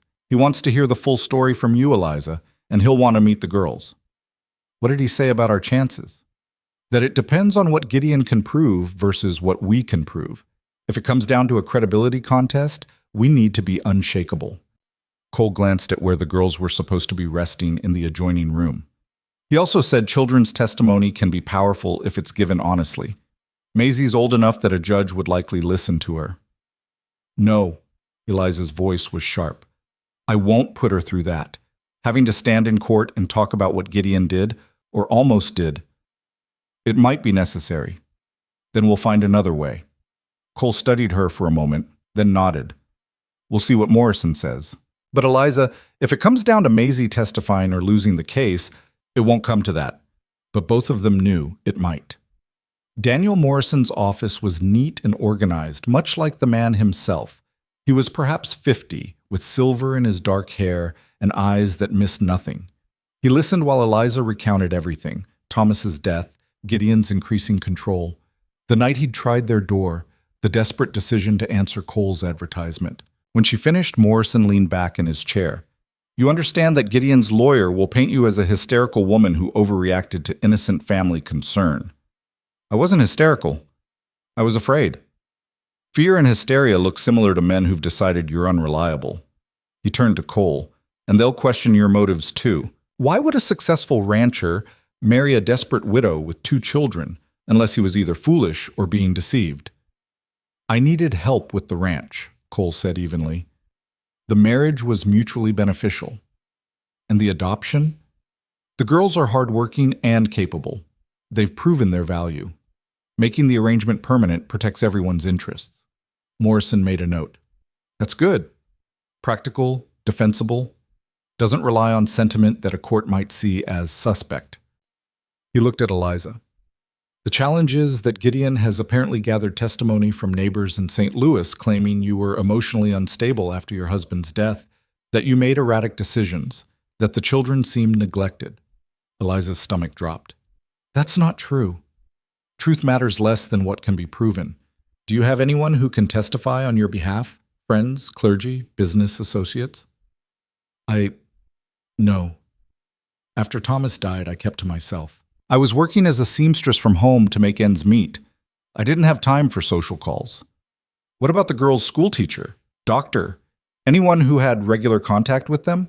Maisie spoke from the corner where she'd been sitting silently. "Mrs. Patterson. She ran the school near our boarding house. She liked us." Morrison looked at her appraisingly. "Would she testify that you and your sister were well cared for?" "I think so. She used to give me books to borrow because she said I was her best reader." "That's something." Morrison made another note. "I'll send inquiries to St. Louis, see if we can locate this Mrs. Patterson, and get a statement. In the meantime, we need to build the case that you've created a stable home here in Wyoming." He looked at Cole. "How long have they been living with you?" 2 months since they arrived. 6 weeks since the marriage." "And in that time, have there been any problems? Any indication the children are unhappy or mistreated?" "No," Cole said. "They've adapted well. The older girl, Maisie, has learned ranch work quickly. The younger one, Clara, helps her mother with household tasks. Both are healthy and better off than when they arrived." "Can anyone else attest to this? Neighbors, business associates, people who've seen you together?" Eliza thought of Margaret Brennan's calculating eyes. "There's a woman in Millerville, Mrs. Brennan. She witnessed our marriage certificate, but I don't think she'd say anything favorable." "Why not?" "Her son has a land dispute with my husband. She's not friendly." Morrison's expression sharpened. "How serious is this dispute?" "Henry Brennan wants a strip of land I own legally," Cole said. "He's been making noise about contesting the boundary line. His mother doesn't like that I won't negotiate." "This could actually work in our favor," Morrison said slowly. "If Brennan's family has motive to discredit you, and if they're the ones spreading rumors about your marriage being suspicious, that establishes bias. We can argue that any negative testimony from Millerville residents is tainted by the land dispute."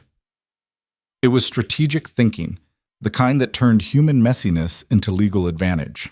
Eliza should have felt relieved, but instead she felt soiled. This was what it came down to. Not truth or justice, but who could build the better argument. They spent 3 more days in Cheyenne, while Morrison prepared the adoption papers and sent inquiries to St. Louis. Cole filed formal responses to Gideon's petition, establishing his legal standing as the girl's stepfather and his intention to adopt. Morrison drafted carefully worded statements about the marriage being a common frontier arrangement, emphasizing Cole's respectability and the improved circumstances of the children. On the 4th day, as they prepared to return to the ranch, Morrison called them back to his office. His expression was grave. "Gideon's lawyer has requested a formal hearing. They want it held in St. Louis, claiming that's where the children's legal residence was established." "No," Eliza's voice was sharp. "We're not going back there. I've already filed for the hearing to be moved to territorial jurisdiction, since that's where you currently reside and where the marriage took place. But Eliza, you need to understand, if the judge rules that Missouri has jurisdiction, you'll be required to appear there or forfeit by default. Then we fight to keep it here. We will. But there's something else. Morrison handed Cole a document. Gideon has hired a Pinkerton agent to investigate your background. They're going to dig up everything they can about the marriage, the ranch, your past. If there's anything questionable in your history, now is the time to tell me. Cole's face went blank in that way Eliza had learned meant he was concealing emotion. What kind of questionable? Anything that could be used to paint you as unstable, violent, financially irresponsible, or morally compromised.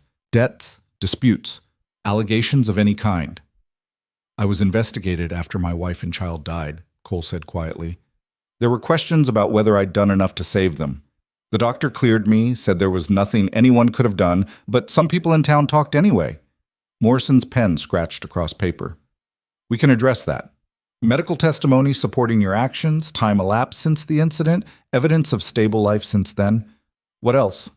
Nothing. I keep to myself, pay my debts, run my ranch honestly. He paused. But my neighbors will tell you I'm hard to get along with, antisocial, that I drove off the last hired hand who tried to work for me because I expect things done exactly right. That's manageable.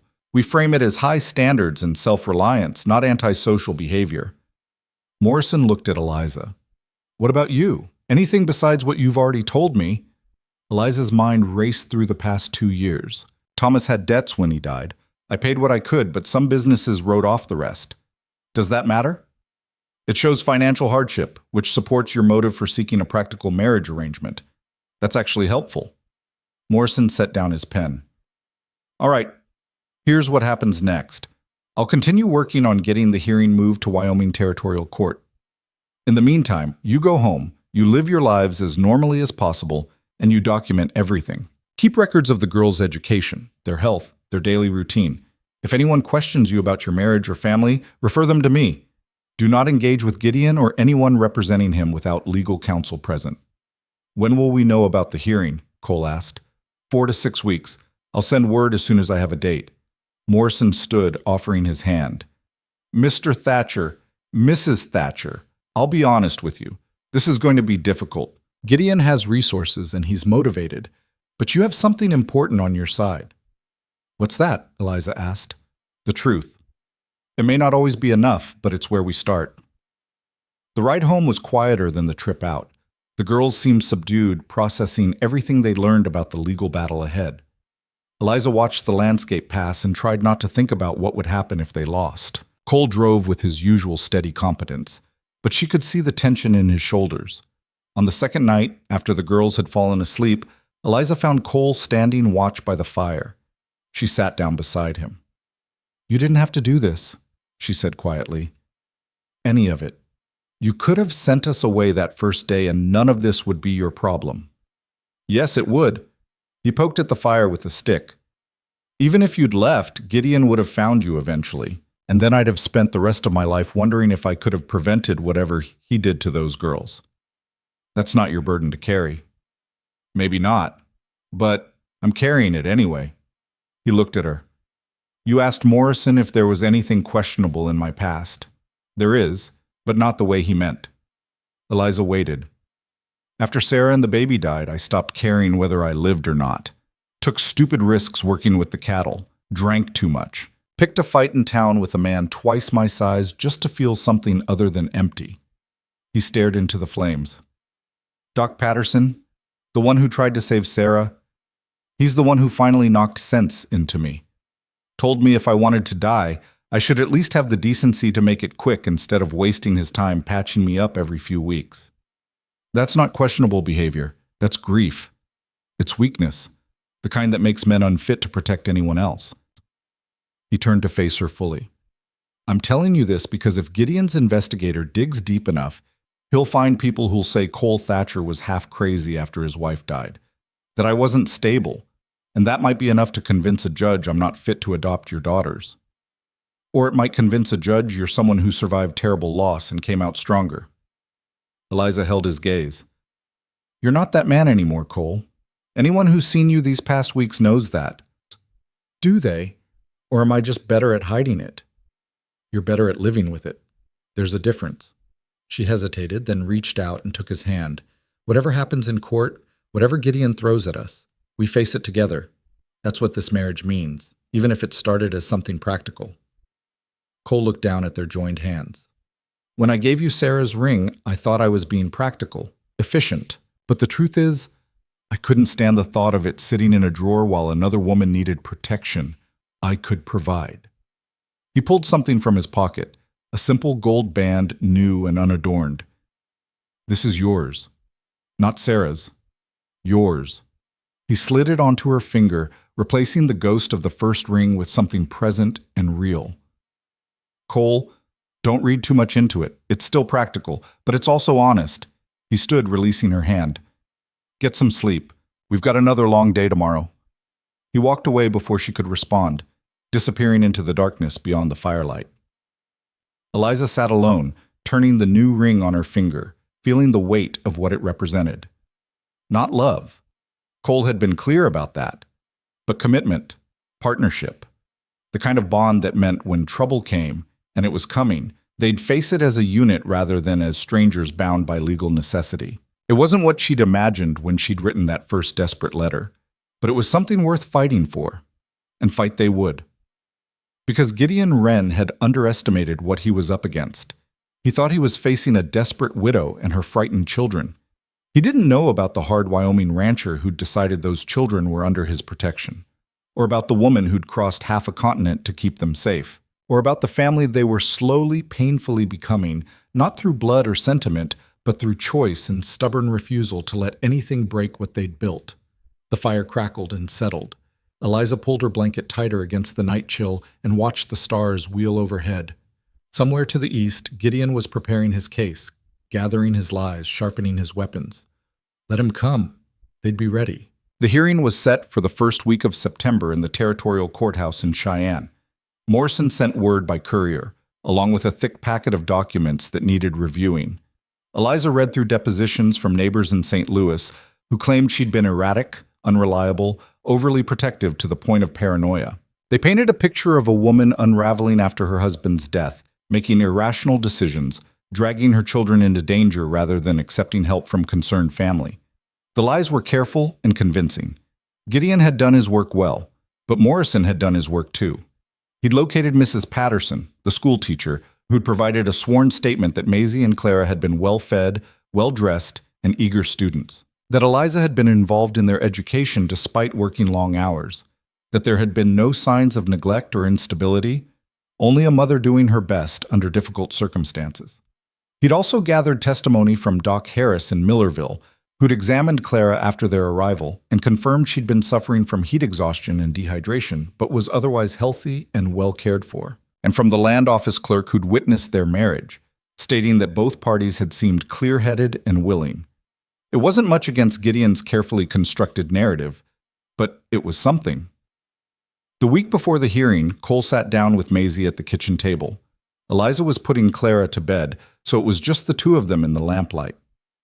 I need to ask you something, Cole said, and I need you to answer honestly, even if the answer is no. Maisie looked wary. All right. Morrison thinks your testimony could make a difference. You're old enough that the judge would take what you say seriously, but it would mean standing up in court and talking about what happened in St. Louis, about Gideon. He paused. About why your mother felt she had to run. Maisie's face went very still. What would I have to say? The truth. What he did. How he made you feel. Why you were afraid. Cole's voice was gentle but firm. It won't be easy. Gideon's lawyer will try to make you doubt yourself, suggest you're exaggerating, or were influenced by your mother. You'd have to be strong enough to stand by what you know happened. And if I can't, if I get scared and can't talk, then we don't put you through it. We find another way. He met her eyes. But Maisie, I want you to understand there might not be another way. This case comes down to credibility. Gideon says your mother overreacted to innocent concern. He put his hand on my hair and said I had my mother's coloring, but the way he did it, the way his fingers moved, she pulled away, wrapping her arms around herself. Mama saw. That was the night she started planning to leave. Cole's jaw tightened. if you testified to that. If you told the judge exactly what you just told me, it would be powerful. It would show Gideon's concern wasn't innocent at all. But Mama doesn't want me to testify. She said she won't put me through it. Your mother wants to protect you, but sometimes being protected means being powerless. He leaned forward. I'm not going to make this decision for you, Maisie. Neither is your mother. This is your choice. If you can stand up there and tell your story, we'll support you. If you can't, we'll respect that too. But you need to know that your voice matters, that what you have to say could change everything. Maisie stared at her hands for a long moment. I'm scared. That's smart. This is scary. But I'm also angry. She looked up and there was fire in her eyes. He made us run. He made Mama lie and scrape and beg just to keep us safe. He tried to take everything from us, and now he's trying to finish it. And I hate him for it. Hate's useful, Cole said quietly. If you can turn it into something strong enough to stand on. Will you be there? In the courtroom? Every minute. And Mama? Right beside you. Maisie drew a shaky breath. Then I'll do it. I'll testify. When Eliza emerged from settling Clara and learned what had transpired, she turned on Cole with fury in her eyes. You had no right to ask her that without talking to me first. She has a right to make her own choice. She's 12 years old. She shouldn't have to make choices like this. She's 12 years old and she's already had to make a dozen impossible choices to survive. This one, at least, she gets to make with support. Cole's voice was calm but unyielding. I know you want to shield her. But Eliza, if we lose this case, you won't be able to shield her from anything. Gideon will have legal custody, and everything you've done to protect your daughters will have been for nothing. Don't you dare suggest I'm not protecting them. I'm suggesting that sometimes protection looks like letting them be brave instead of keeping them safe. He stood. Maisie is stronger than you think. Trust her. Eliza wanted to argue, to rage against the unfairness of a world that demanded a child defend herself against an adult's predation. But she also knew Cole was right. If Maisie could testify, if she could tell the truth clearly and powerfully, it might be enough to tip the balance. She just hated that it had come to this. They traveled to Cheyenne 2 days before the hearing, taking rooms at the same hotel. Morrison met with them each evening, preparing Maisie for what to expect. He was gentle but thorough, asking the questions Gideon's lawyer would ask, teaching her how to answer clearly without getting defensive or emotional. When he asks if your mother told you what to say, what do you answer? Morrison prompted. She told me to tell the truth, Maisie recited, nothing more. And when he suggests your uncle was just being affectionate, that you misunderstood his intentions? I know the difference between affection and something wrong. I'm 12, not stupid. Morrison smiled slightly. Good. Keep that edge. It shows you're sharp, not manipulated. He turned to Eliza. You'll testify first, then Cole, then Maisie. I want the judge to see the progression. Your perspective as a mother, Cole's perspective as a protective stepfather, and finally Maisie's first-hand account. By the time she speaks, the foundation will be laid. What about Gideon? Cole asked. Will he testify? Almost certainly. He'll present himself as the concerned uncle trying to rescue his nieces from an unstable situation. We'll have a chance to cross-examine, and that's where we'll break his credibility. Morrison's eyes were sharp. I'll need you both to stay calm no matter what he says. If he claims you're unfit, Eliza, don't react. If he suggests Cole is after your money or using the girls, I don't have any money, Eliza said. He'll invent some motive. The point is, we can't give him ammunition by looking defensive or angry. We present facts, stay composed, and let him hang himself with his own inconsistencies. The night before the hearing, Eliza couldn't sleep. She stood at the hotel window, looking out at the darkened streets of Cheyenne, and felt the weight of everything pressing down. Tomorrow would determine whether her daughters stayed with her or were handed over to a man who'd terrorized them. Whether the life they'd built on Cole's ranch would continue or shatter. A soft knock at the connecting door made her turn. Cole stood there, fully dressed despite the late hour. Can't sleep either? He asked. No. He came in, careful to leave the door open for propriety. I've been thinking about what happens if we lose. Eliza's throat tightened. Don't. We have to consider it. If the judge rules for Gideon, Then I take the girls and we disappear. Canada, maybe. Somewhere he can't follow. That would make you a fugitive. You'd be running for the rest of your life. I've already been running. At least this way they'd be safe. Cole was quiet for a moment. There's another option. What? We don't accept the ruling. We appeal, keep fighting, use every legal avenue Morrison can find. Could take years, but years of living in limbo? Years of Gideon hanging over us, threatening to take them at any moment? Eliza shook her head. I can't do that to them, Cole. They need stability, not constant fear. Then we make sure we win tomorrow. He stepped closer. Eliza, I need you to know something. If it comes down to it, if the judge asks why I want to adopt your daughters when I barely know them, I'm going to tell him the truth. The truth? That I lost my own child 3 years ago. That I thought I was done with family.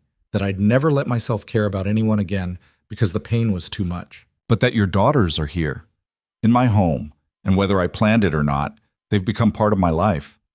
That watching Maisie learn to trap, seeing Clara get braver every day, it's reminded me what it feels like to have something worth protecting. His voice roughened, and that maybe I'm not adopting them just to give them my name. Maybe I'm doing it because I need them as much as they need me. Eliza's eyes stung. Cole, I'm not saying I love them. I don't know if I'm capable of that anymore. But I'm saying they matter, and I'll fight for them like they're my own blood, because in every way that counts, they are. She closed the distance between them and did something she'd never done before. She embraced him, wrapping her arms around his solid frame and pressing her face against his shoulder. For a moment he stood frozen, uncertain. Then slowly his arms came around her. They stood like that in the dim hotel room, two wounded people holding each other up before a battle that could destroy everything they'd tried to build. Thank you, Eliza whispered, for all of it, for taking us in, for marrying me, for fighting when you didn't have to. I had to, Cole said quietly. I just didn't know it until you showed up on my doorstep with your daughters and your secrets and nowhere else to go. They separated before the embrace could become something more complicated. Cole returned to his own room, and Eliza finally managed a few hours of restless sleep. The courthouse was imposing, 2 stories of brick and timber with a territorial seal above the entrance. Inside, the hearing room was smaller than Eliza had imagined, just a raised bench for the judge, a witness box, and rows of wooden seats. Morrison was already there, organizing papers with methodical precision. And there, across the aisle, was Gideon Wren. He looked exactly as Eliza remembered, well-dressed, well-groomed, with the kind of face that invited trust. Distinguished graying at the temples, a strong jaw, eyes that could project concern or authority depending on what served him. He nodded to her as if they were old friends meeting under unfortunate circumstances. Eliza's skin crawled. Beside Gideon sat his lawyer, a sharp-featured man named Caldwell, who had the look of someone who enjoyed crushing opposition.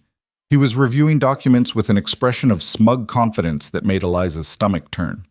The judge entered, a gray-haired man named Harrison with a stern face and measuring eyes. Everyone stood as he took his seat. This is a hearing to determine custody of minors. Maisie Wren, age 12, and Clara Wren, age 8, currently residing with their mother, Eliza Thatcher, and her husband, Cole Thatcher, in Wyoming Territory. Petitioner Gideon Wren seeks custody on grounds that the mother is unfit and that as their blood relation, he has superior rights and interest in the children's welfare. Mrs. Thatcher contests this claim. Mr. Morrison, you may begin. Morrison stood. Your Honor, this case is fundamentally about a mother's right to protect her children from a man who posed an ongoing threat to their safety and well-being. The evidence will show that Eliza Thatcher made reasonable and responsible decisions in removing her daughters from a dangerous situation, that she has provided them with a stable home in Wyoming, and that Gideon Wren's petition is motivated not by genuine concern, but by a desire for control. He was denied when Mrs. Thatcher escaped his influence. That's a serious allegation, Mr. Morrison, Judge Harrison said. I hope you have evidence to support it. We do, Your Honor. I call Eliza Thatcher to the stand. Eliza walked to the witness box on trembling legs, placed her hand on the Bible, and swore to tell the truth. Morrison's questions were straightforward. Her marriage to Thomas, his death, The financial hardship that followed, Gideon's initial helpfulness that gradually became controlling. "And when did you begin to fear for your daughter's safety?" Morrison asked. "When Gideon started paying too much attention to Maisie, making comments about her appearance, about how she was growing up, standing too close, touching her hair." Eliza kept her voice steady. "And then one night he came to our rooms late, clearly intoxicated, and tried the door handle. I'd locked it, thank heavens. But he stood there for nearly 2 hours. And I could hear him breathing on the other side, muttering about family obligations and how I needed to be reasonable." "What did you do?" "I began planning our departure. I couldn't go to the authorities. Gideon was well connected, respected. Who would believe me over him when all he'd done was be helpful? But I knew if we stayed, something terrible would happen. So I answered an advertisement for a marriage arrangement in Wyoming territory." "And you disclosed your children in that correspondence?" "No." Eliza met the judge's eyes. "I lied. I was desperate and frightened, and I knew most men wouldn't take a widow with 2 children, so I claimed to be alone. It was wrong, but it was the only way I could see to get my daughters to safety." Caldwell's cross-examination was brutal.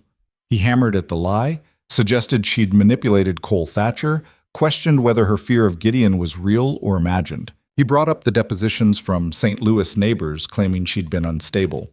"These people say you were paranoid after your husband's death, Mrs. Thatcher, that you saw threats where none existed.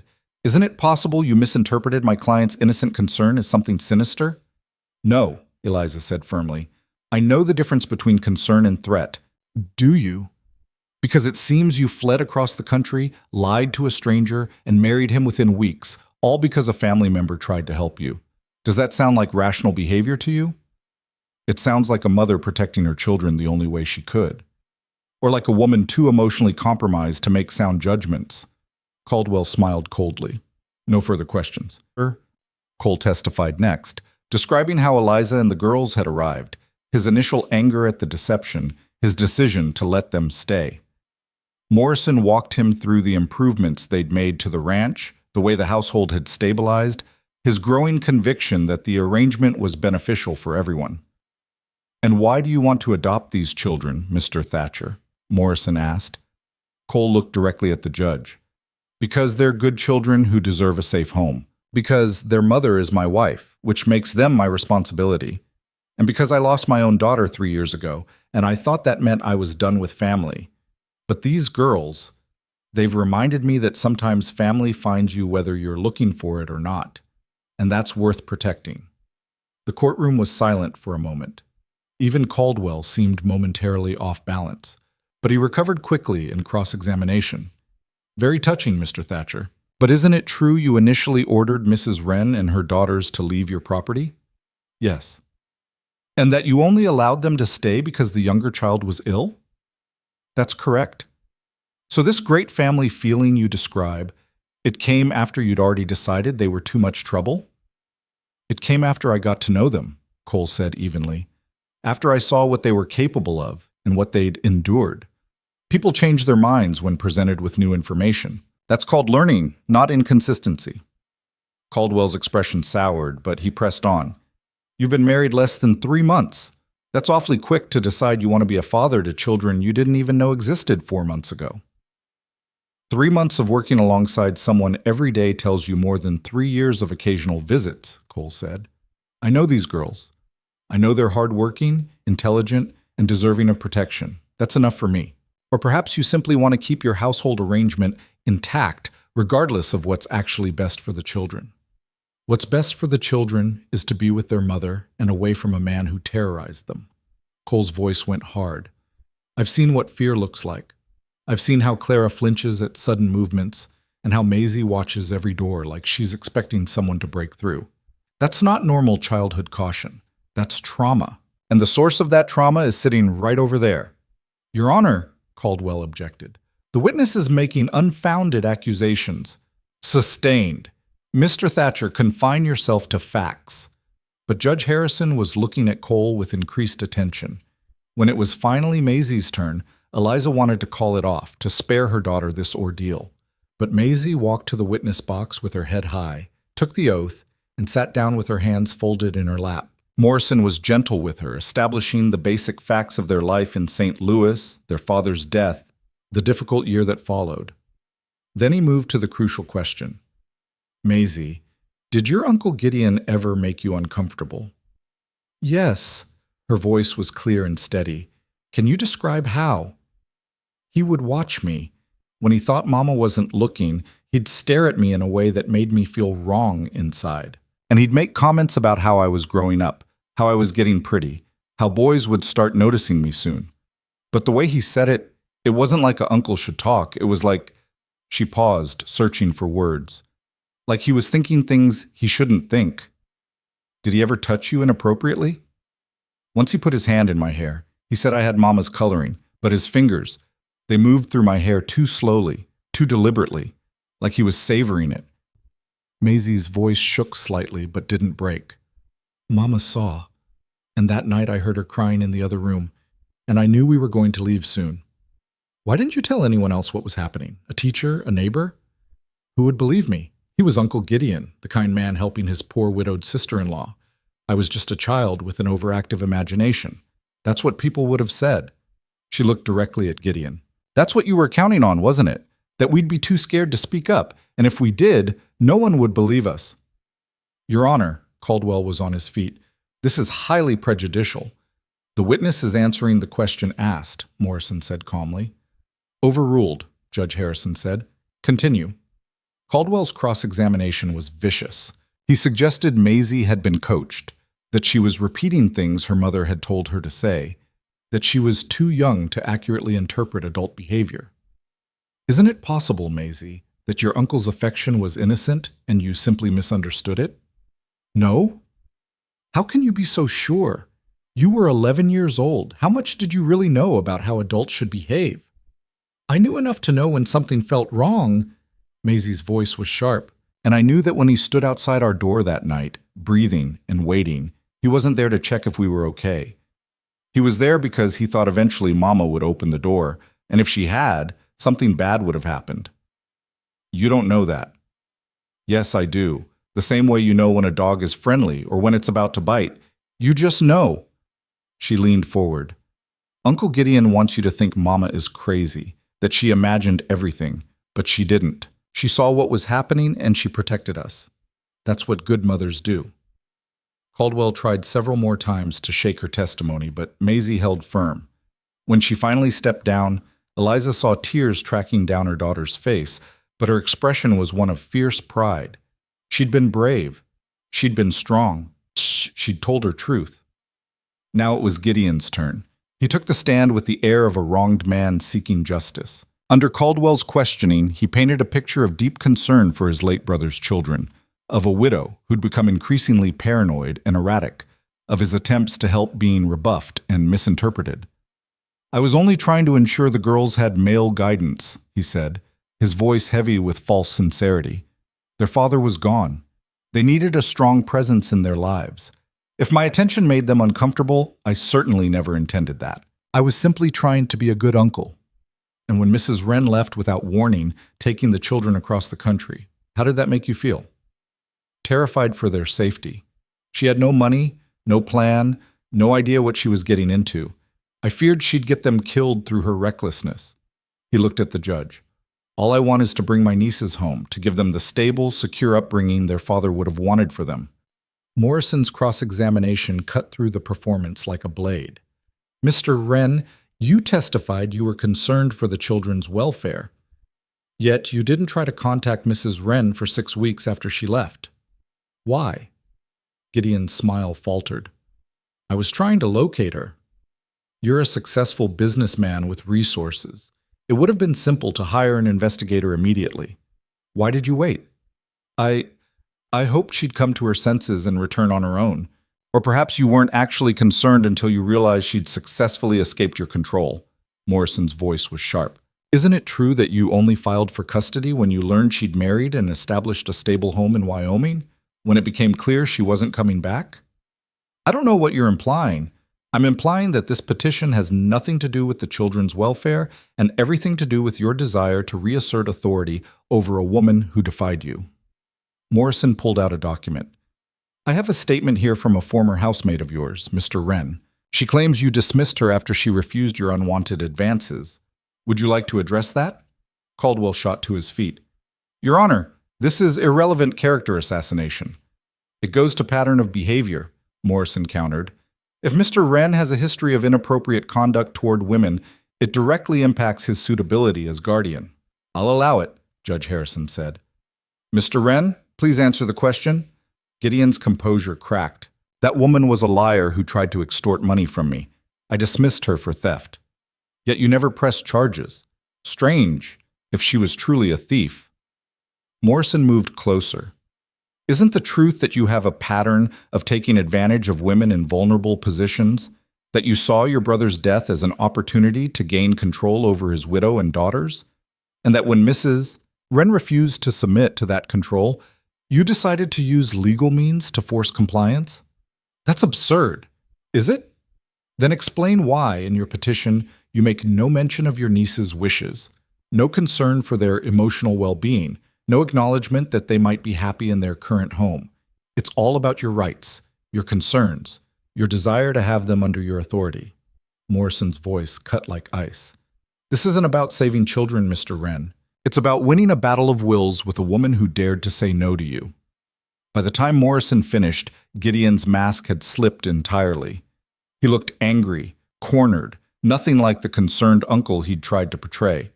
Judge Harrison watched him with narrow, assessing eyes. Closing arguments were swift. Caldwell tried to recover, emphasizing blood ties and suggesting that despite Cole and Eliza's good intentions, the girls belonged with family. Morrison countered that family was defined by care and protection, not biology, and that Gideon had demonstrated neither. Then they waited while Judge Harrison reviewed his notes. The silence in the courtroom was suffocating. Eliza reached for Cole's hand under the table, and he gripped it tight. Across the aisle, Gideon sat rigid, his lawyer whispering urgently in his ear. Finally, Judge Harrison looked up. I've heard testimony from both sides regarding the welfare and proper custody of Maisie and Clara Wren. This is not a simple case. There are legitimate questions about Mrs. Thatcher's initial deception and the speed with which this family unit was formed. However, there are equally serious questions about Mr. Wren's motivations and conduct.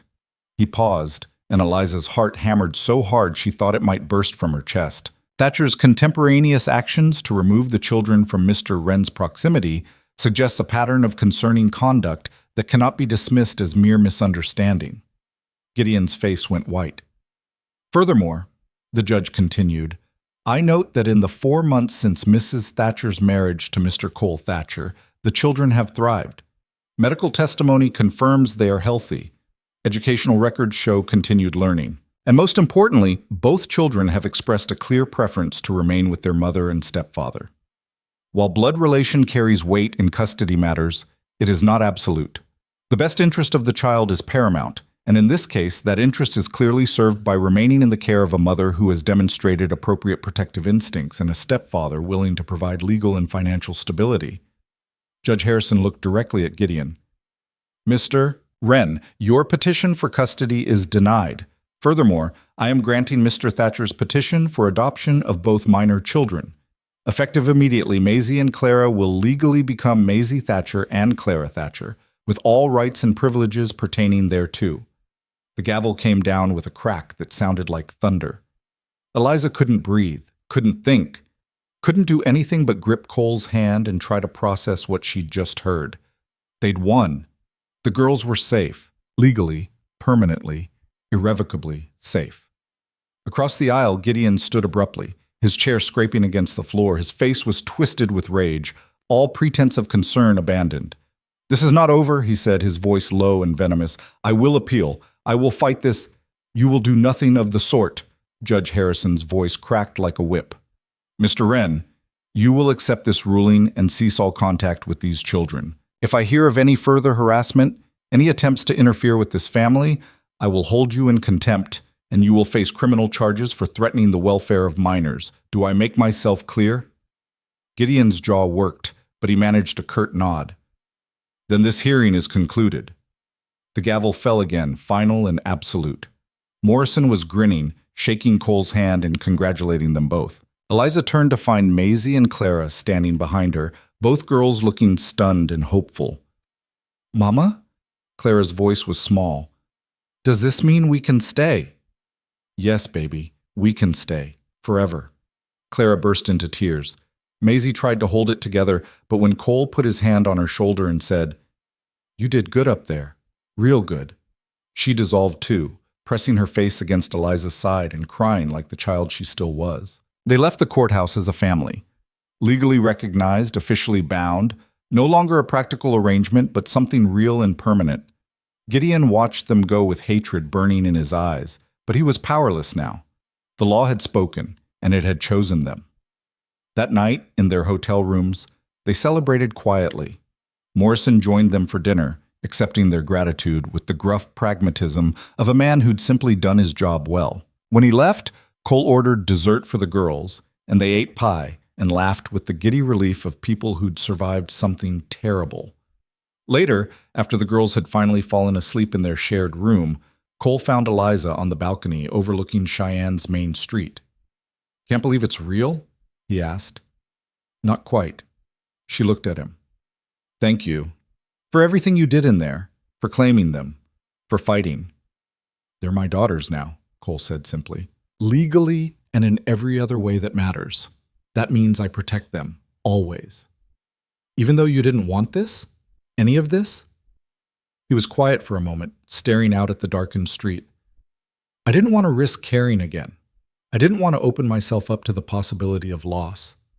But Eliza, what I wanted and what I needed turned out to be different things. He turned to face her.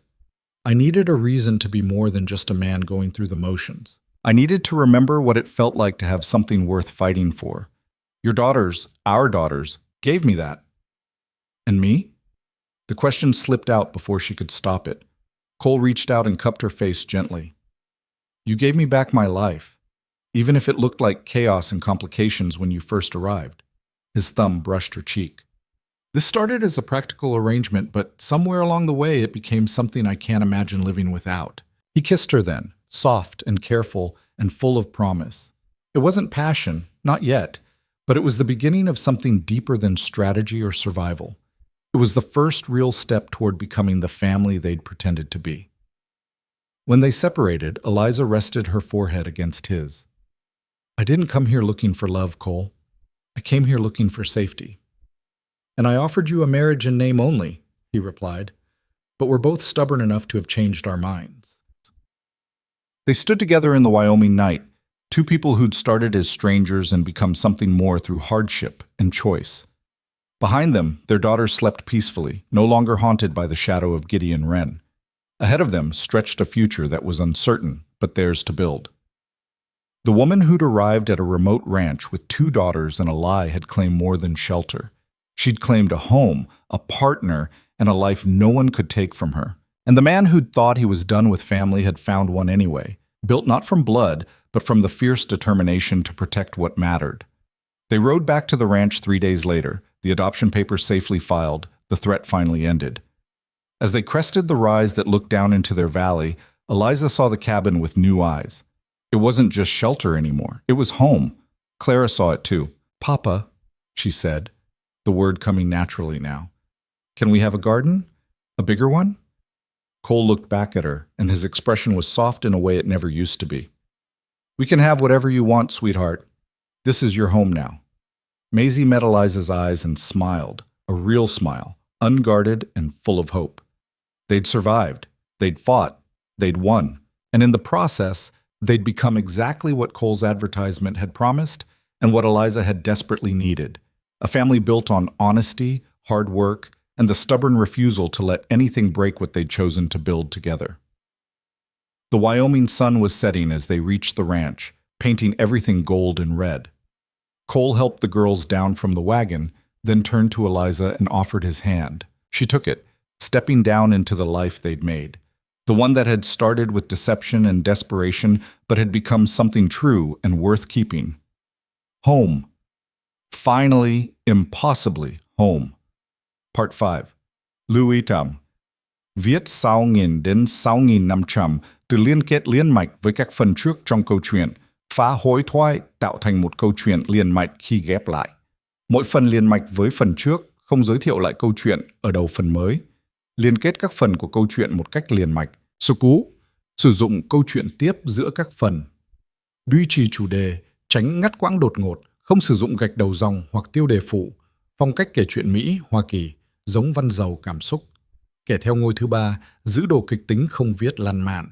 Phần 5 giải quyết hết vấn đề và kết thúc trọn vẹn câu chuyện. Câu chuyện không nhắc đến Chúa. Lưu ý trả lời trong mục tin nhắn không nhảy sang document, chỉ dẫn bắt buộc, không được xuất hiện trong nội dung chuyên. Đây là một câu chuyện điện ảnh hoàn toàn hư cấu được tạo ra chỉ nhằm mục đích giải trí. Không đề cập hay ngụ ý rằng nó dựa trên sự kiện có thật, người thật hoặc câu chuyện có thật. Không sử dụng các cụm từ như dựa trên một câu chuyện có thật, theo ghi chép hoặc bất cứ điều gì tương tự. Tất cả các nhân vật, địa điểm, tổ chức và sự kiện phải hoàn toàn hư cấu. Show more to 1034 about Thomas. Part 5. The first snow came early that year, dusting the valley in white 2 weeks after they returned from Cheyenne. Eliza woke to find Cole already gone from their bed, the bed they'd been sharing for a month now. Though the transition from separate rooms to shared space had happened so gradually, neither could pinpoint exactly when it became permanent. She found him in the barn, feeding the horses in the pre-dawn darkness. He looked up when she approached, and the smile that crossed his face was still new enough to make her heart skip. Couldn't sleep? She asked. Wanted to get an early start. There's fence work that needs finishing before the heavy snows come. He hung the feed bucket and pulled her close, wrapping his arms around her in a gesture that had also become habit. But I'm glad you're here. The girls were asking last night if we could start planning for Christmas. Clara wants to make decorations, and Maisie thinks we should get a tree from the woods. Cole's expression shifted to something thoughtful. We never did much for Christmas after Sarah died. Seemed like too much effort for one person. We're not one person anymore.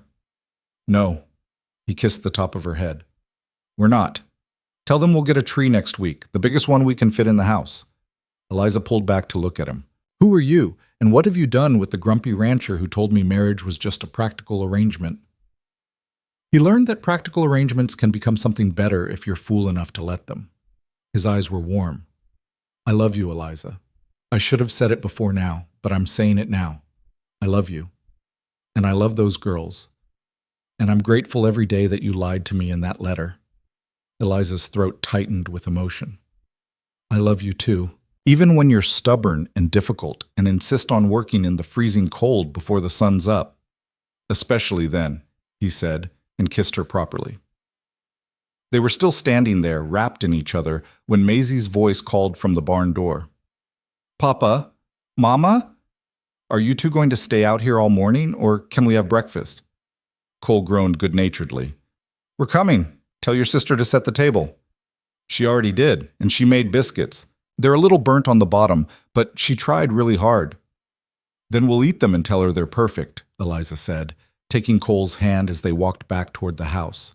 The morning routine had become comfortable over the months, Clara helping with breakfast while Maisie fed the chickens and collected eggs, Cole bringing in wood for the stove, Eliza organizing the day's tasks. They worked together like parts of a well-oiled machine, each person knowing their role and stepping in where needed. But comfort didn't mean there weren't still adjustments to make. That afternoon, while Cole was out checking on the cattle, a rider appeared on the road, a young man Eliza didn't recognize. He dismounted near the porch, holding an envelope. Mrs. Thatcher, I have a delivery from the land office in Cheyenne.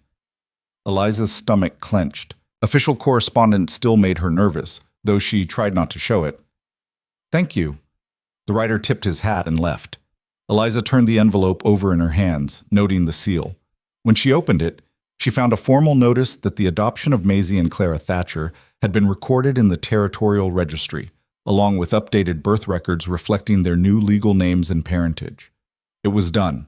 Completely, officially, permanently done. She was reading it a second time when Cole returned, stamping snow from his boots. What's that? Final adoption papers. It's all recorded now. They're legally yours in every way. Cole took the document, scanned it, then set it carefully on the table. Good. That's one less thing Gideon can try to challenge. Do you think he'll try again? No. Cole's voice was certain. Judge Harrison made it clear there would be consequences if he did. And Morrison sent word last week that Gideon's left St. Louis. Moved to Chicago, apparently. Starting over somewhere his reputation hasn't been damaged. So it's really over. It's really over. He pulled her close. We're safe. All of us. That evening, as they sat around the dinner table, Clara asked the question that had apparently been building in her mind for weeks. Papa? Can I call you Papa all the time now? Not just sometimes? Cole looked at her, and Eliza saw emotion flicker across his face. The same man who'd insisted he couldn't be a father to someone else's children, undone by an 8-year-old asking permission to love him. Clara, you can call me whatever feels right to you, but I'd be honored if you called me Papa. What about me? Maisie asked, trying to sound casual but clearly invested in the answer. I've been calling you Cole, but you'd like to call me Papa too? Maisie nodded. Then do it. You're my daughters, both of you. That's not just legal words on paper. That's real. He cleared his throat. And I'm proud to be your father. Maisie's eyes shone with tears she refused to let fall. Even though we came here by accident? Even though Mama lied and you didn't want us at first? Especially because of all that. Cole's voice was rough with feeling. Because it means we chose each other.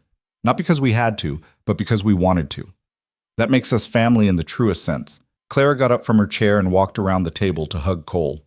He wrapped his arms around her, and over her head he met Eliza's eyes. The look they shared spoke volumes about how far they'd come, how much they'd all changed, how this broken collection of people had become something whole. Maisie joined the embrace a moment later, and then Eliza, until they were all tangled together in the middle of the kitchen, holding each other like they could anchor themselves to this moment of perfect belonging. The weeks that followed were the happiest Eliza could remember. They fell into the rhythm of winter ranch work, feeding livestock, maintaining equipment, keeping the house warm against the bitter cold. The girls studied from books Cole had ordered from a catalog, their education continuing even without a formal school nearby. Maisie had a natural aptitude for mathematics that delighted Cole, while Clara loved reading and would narrate stories to anyone who'd listen. They got their Christmas tree on a crisp December morning, all 4 of them trudging into the woods to find the perfect specimen. Maisie insisted it had to be tall enough to brush the ceiling, while Clara wanted one with the most symmetrical branches. Cole settled the debate by cutting down a tree that satisfied both criteria, then dragging it back to the house while the girls danced around him like excited puppies. Decorating it became a family affair. They strung popcorn and cranberries, cut paper snowflakes, and hung small carved animals Cole had made in his workshop during the long evenings. Clara insisted on making a star for the top out of tin scraps, and though it was lopsided and rough, Cole lifted her up to place it with great ceremony. There, Clara said, surveying their work with satisfaction. Now it's perfect. Now it's home, Cole corrected gently, and Clara beamed at him. On Christmas morning, they woke to find small presents wrapped in brown paper under the tree. Cole had carved each girl a wooden horse, Maisie's standing proud and strong, Clara's in mid-gallop with its mane flowing. For Eliza, he'd made a beautiful jewelry box with her initials carved into the lid. Cole, this is too much, Eliza whispered, running her fingers over the smooth wood. It's not enough, he replied. But it's a start. Eliza had sewn new shirts for Cole and the girls, using fabric she'd carefully set aside from her household budget. The girls gave her drawings they'd made, Maisie's showing the ranch in remarkable detail, Clara's a family portrait with everyone holding hands. They spent the day together, cooking a special meal and telling stories by the fire. It was simple, warm, and exactly what a family should be. But the true test of what they'd become came in late January, when a blizzard swept through the valley with terrifying force. Cole had been checking the cattle in the far pasture when the storm hit. He should have been gone an hour, 2 at most. But when 3 hours passed with no sign of him, Eliza began to worry. When 4 hours passed and the snow was falling so thick she couldn't see the barn from the house, worry turned to fear. Mama, where is he? Clara's voice was small and frightened. He's probably taking shelter in one of the line shacks, Eliza said, trying to sound confident. He'll wait out the worst of the storm and come back when it's safe. But Maisie wasn't fooled. What if he's hurt?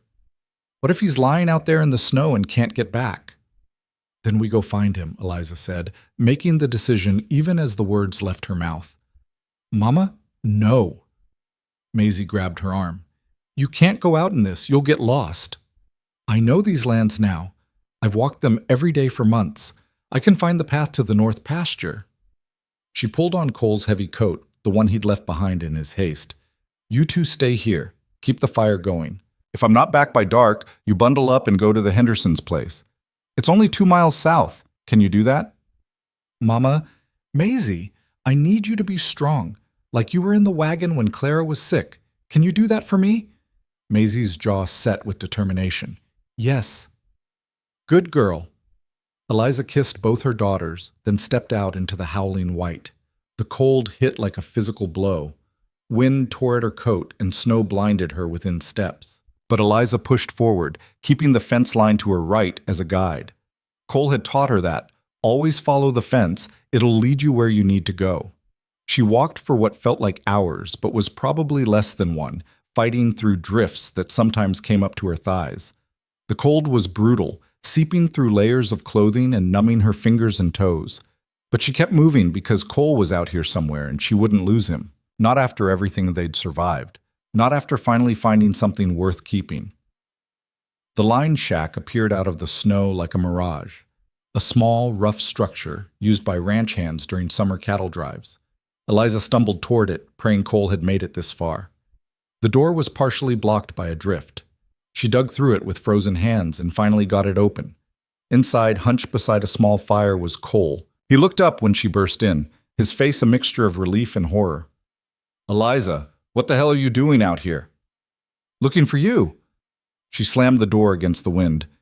You didn't come back. I was afraid. So you came out in a blizzard? He stood, clearly torn between gratitude and fury. You could have died.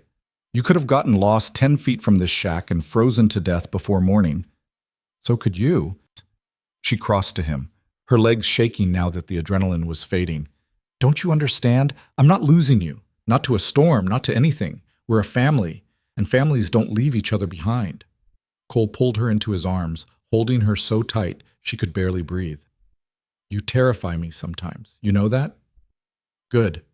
You terrified me today, too. We're even. He laughed despite himself, then pulled back to check her for frostbite. Her fingers and toes were dangerously cold, and he immediately began rubbing warmth back into them while she sat by the fire. We'll have to wait out the storm here, he said. It's too dangerous to try to get back before it passes. The girls are smart enough to follow the instructions you gave them. Maisie's got a good head on her shoulders. She'll take care of Clara. They huddled together by the fire, sharing body heat in the single blanket Cole had found in the shack. Outside, the storm raged on. Inside, they held each other and waited. I was scared today, Cole admitted quietly, when the storm came up so fast. I thought about you and the girls back at the house, and all I could think was that I'd finally found something worth living for, and I might not make it back to tell you. You're telling me now. I am.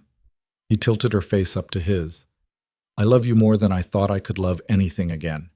You and those girls, you're everything to me. And if something happens to me, I need you to know that these past months have been the happiest of my life. Nothing's going to happen to you, Eliza said fiercely. We're going to get through this storm, and we're going to go home, and we're going to keep building our life together. That's what we do. We survive. We survive, he echoed, and kissed her. The storm blew itself out by morning. They made their way back to the house to find both girls safe and the home fires still burning. Maisie had kept everything running exactly as it should be, and Clara had managed her fear by baking bread. Lumpy, oddly shaped bread, but edible nonetheless. The reunion was tearful and joyful. The girls threw themselves at their parents, and for a long moment they all just held each other, grateful to be whole again. Don't ever do that again, Maisie said, her voice muffled against Eliza's shoulder. I can't promise that, Eliza said honestly, but I can promise I'll always fight to come back to you. Both of us will, Cole added, ruffling Maisie's hair. You're stuck with us now. As winter gave way to spring, the ranch came alive again. Calves were born, the garden was planted, and the girls grew like weeds in the lengthening days. Maisie celebrated her 13th birthday with a new saddle Cole had commissioned from the leather worker in Millerville, while Clara turned 9 with a party that included all the neighboring families, the Hendersons, the Parkers, even the Johnsons from 10 miles east. The community had accepted them now, the whispers and speculation about their hasty marriage fading into acceptance of the family they'd become. Margaret Brennan still watched them with calculating eyes when they came to town, but her son Henry had finally dropped his challenge to the property line after Cole produced undeniable proof of legal ownership. The threat from that quarter had dissolved into mere unpleasantness rather than active hostility. In June, Doc Harris came by to check on Clara, who'd been fighting a spring cold. While he was there, he examined Eliza too, a routine check that became something more when he asked careful questions about her symptoms. "Mrs. Thatcher," he said finally, "when was your last monthly course?" Eliza had to think about it. With everything that had happened, she hadn't been paying close attention. I'm not sure. Maybe 2 months ago? But that's happened before when I was under stress. I don't think it's stress this time." Doc Harris smiled. "I think you're expecting 2 months along, maybe 3. The world tilted. Eliza sat down hard on the nearest chair. "That's not possible. I'm 33. I thought, after Clara, I assumed age makes it less likely, but not impossible." He packed his bag with the calm efficiency of a man who'd delivered this news countless times. "You'll want to take it easy as you get further along, and I'll want to check on you monthly. But barring complications, I'd say you'll have a new addition to the family come late fall." After he left, Eliza sat in the kitchen trying to process this development. A baby. She was going to have Cole's baby. After everything they'd been through, after building this family from broken pieces, they were going to add to it. The thought was terrifying and wonderful in equal measure. Cole found her there an hour later, still sitting in the same chair, staring at nothing. "Eliza, what did Doc Harris say? Is Clara all right?" "Clara's fine. It's just a cold." She looked up at him. "Cole, I'm pregnant." He went very still. "You're sure?" Doc Harris is sure. 2 or 3 months along. For a moment, Cole just stared at her. Then his face transformed with an emotion so powerful it took her breath away. Joy mixed with terror, mixed with something that looked like redemption. "A baby," he whispered. "We're going to have a baby." Are you happy about this?" Eliza asked, suddenly uncertain. "I know it's unexpected, and after what happened with Sarah..." He crossed to her and pulled her up into his arms. "I'm terrified. I'm remembering everything that went wrong before, and I'm scared out of my mind that history will repeat itself. But Eliza, I'm also happier than I have any right to be. Because this baby, it's proof that we're not just surviving anymore. We're living. We're building something new." Tears streamed down Eliza's face. "I'm scared too." "Then we'll be scared together. And we'll get through it together, the way we get through everything else."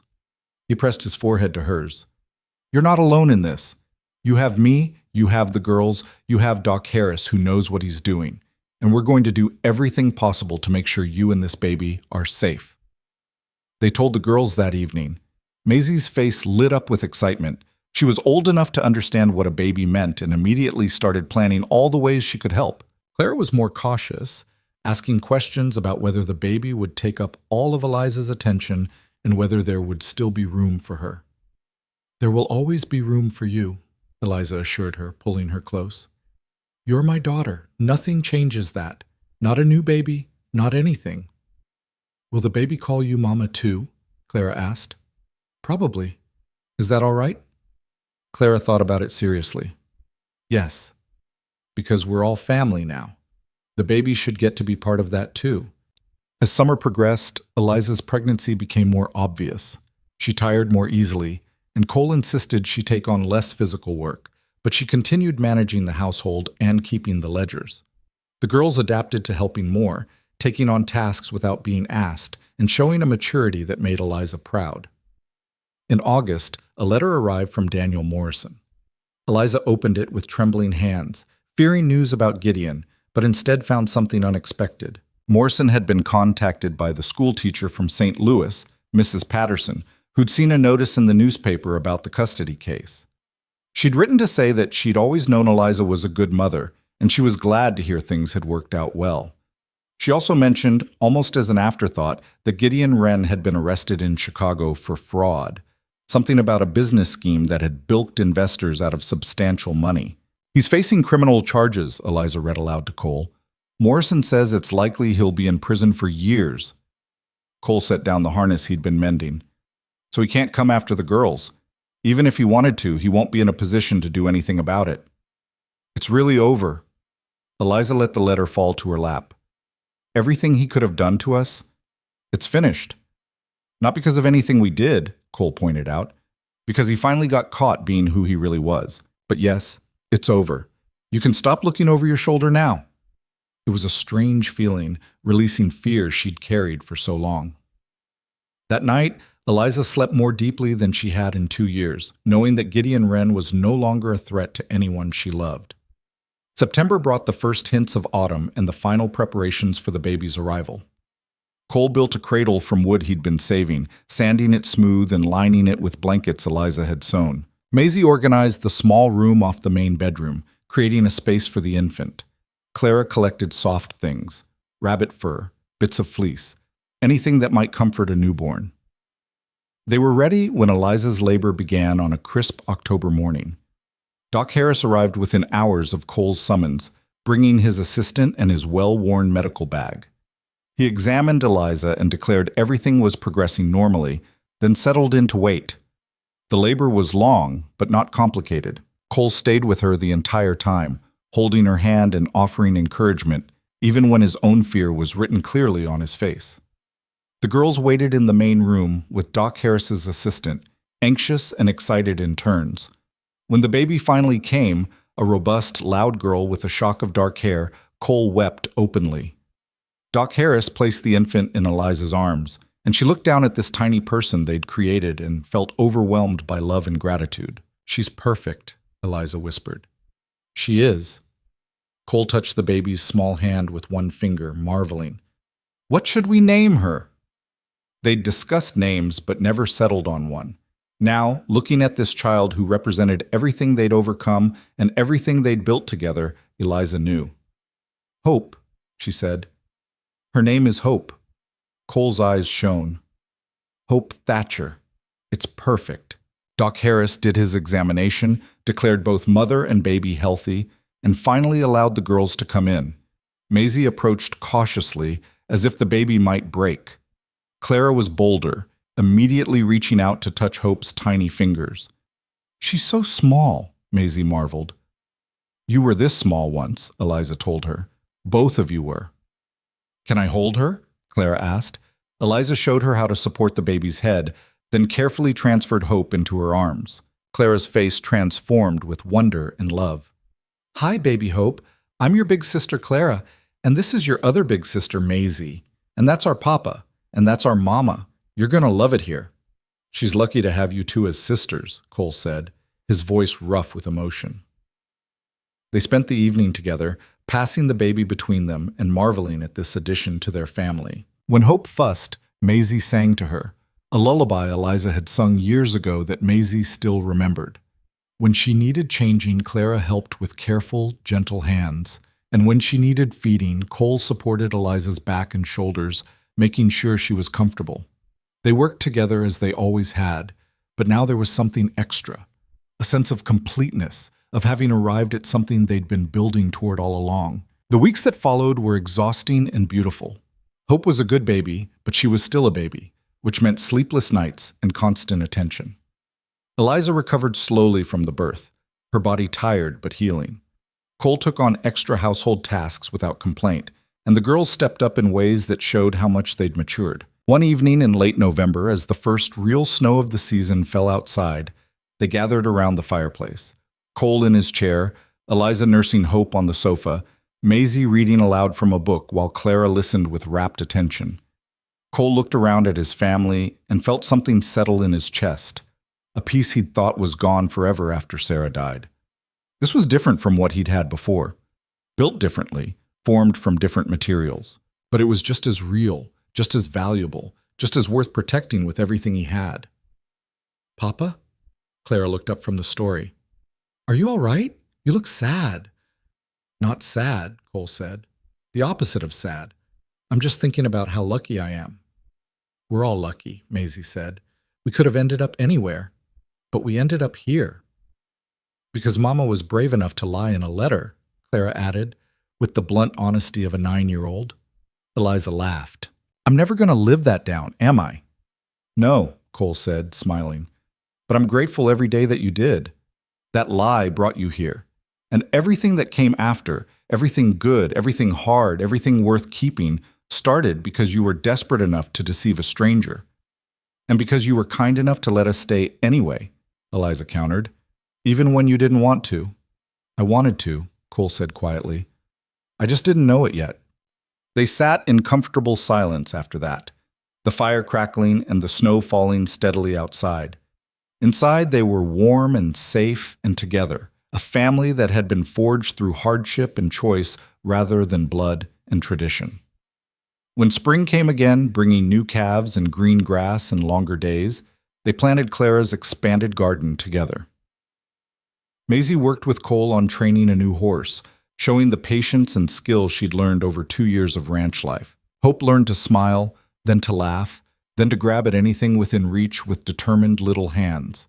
The ranch prospered. Cole's careful management, combined with Eliza's bookkeeping and the girls' hard work, had turned a struggling operation into something sustainable and profitable. They hired a ranch hand for the summer months, a quiet young man named Peter who worked hard and kept to himself, exactly the kind of help Cole preferred. In July, they received an invitation to the Hendersons' daughter's wedding. It would be their first major social event as a family, and Eliza fretted over what to wear, how to present themselves, whether they'd be truly accepted or merely tolerated. But when they arrived at the celebration, they were greeted warmly. The women cooed over Hope and complimented Eliza's dress. The men talked cattle and weather with Cole, accepting him as one of their own. The girls played with other children their age, Maisie showing off her roping skills, and Clara telling elaborate stories that held her audience captive. Margaret Brennan was there, of course. She approached Eliza with that familiar calculating expression, and Eliza braced for veiled hostility. But instead, Margaret surprised her. Your daughters are lovely, Mrs. Thatcher, clearly well raised. Thank you, Eliza said cautiously. I was wrong about you, Margaret continued. I thought you were taking advantage of Cole, using him to escape something. But I can see now that whatever brought you here, you've made a good life of it. And Cole, he's happier than I've seen him in years. It wasn't quite an apology, but it was acknowledgement. Eliza accepted it gracefully. We've been fortunate. More than fortunate. Determined. Margaret's smile was genuine this time. It takes courage to build something from nothing. You have that. After she walked away, Cole appeared at Eliza's side. What did she want? To admit she was wrong about us. Eliza leaned against him. I think we've finally been accepted. Took them long enough. But Cole was smiling. Ready to dance? With you? Always. They moved onto the dance floor, joining other couples in the familiar patterns of a frontier celebration. Cole wasn't a graceful dancer, but he was steady and sure, and Eliza felt safe in his arms the way she always did. As they turned, she caught glimpses of their daughters, Maisie laughing with some older girls near the punch table, Clara showing hope to a group of admiring women, her family, hard-won, carefully built, absolutely precious. What are you thinking? Cole asked. That I'd do it all again. Every hard moment, every scary decision, every time I thought we wouldn't make it, I'd do it all exactly the same if it meant ending up here with you. Even the part where you nearly died in a blizzard looking for me? Especially that part, because it showed you that I'm not going anywhere, that we're in this together, no matter what. Cole pulled her closer. I love you, Eliza Thatcher, more than I thought I could love anyone after Sarah, more than I knew I was still capable of. I love you too, and I'm grateful every day that you saw past my lies to what I was really asking for. A chance. Just one chance to prove we could be worth keeping. You were always worth keeping. I was just too stubborn to admit it right away. They danced until the music ended, then stood together watching their daughters and holding each other close. The Wyoming sky above them was vast and clear, full of stars that seemed close enough to touch. 2 years ago, Eliza had arrived at this valley with nothing but desperate hope and 2 frightened daughters. She'd lied her way into a stranger's life, gambling everything on a possibility that had seemed impossibly fragile. but that fragile possibility had grown into something strong and real. A marriage that had started as pure practicality had deepened into genuine love. A man who'd sworn he was done with family had become a devoted husband and father. Children who'd been running from danger had found safety and belonging. And a woman who'd thought she was just trying to survive had discovered she could do more than that. She could thrive. She could love. She could build a life worth living instead of just enduring. The ranch that had seemed like the end of the world when she'd first seen it was now the center of her world. The cabin that had felt like borrowed shelter was now truly home. The valley that had been empty and harsh was now full of life and love and possibility. As they walked back to collect their daughters and head home, Eliza looked at Cole, this man who'd given her everything when he'd thought he had nothing left to give, and felt her heart overflow with gratitude. They'd started with lies and desperation, but they'd built something true. And that truth was this: family wasn't just blood, or legal documents, or even shared history. Family was choice. It was showing up every day and choosing each other again and again, through hardship and joy, through fear and celebration, through every ordinary moment and every extraordinary one. Family was Maisie's fierce loyalty and Clara's gentle heart and Hope's innocent trust. It was Cole's steady strength and Eliza's stubborn determination. It was all of them together, choosing to be a family, not because they had to, but because they wanted to. And that choice, made every day, in 1,000 small ways, was the most powerful truth Eliza had ever known. The stars wheeled overhead as they drove home in the wagon, the girls drowsy in the back, the baby sleeping peacefully in Eliza's arms. Cole guided the horses with sure hands, and Eliza leaned against his shoulder, feeling the warmth of him through the fabric of his coat. Home. They were going home, to the ranch in the valley, to the life they'd built, to all the tomorrows waiting for them. And whatever those tomorrows brought, good or difficult, easy or challenging, they'd face it the way they'd faced everything else. Together, as a family, as people who'd been broken and had healed each other through the simple act of choosing to stay, to fight, to love. The Wyoming night was cold, but inside their small circle, husband and wife, daughters both born and chosen, baby sleeping peacefully, there was only warmth. And that warmth, that love, that fierce determination to protect what they'd built together was enough to light their way through any darkness that might come. They were home. They were family. They were exactly where they were meant to be. And that was everything.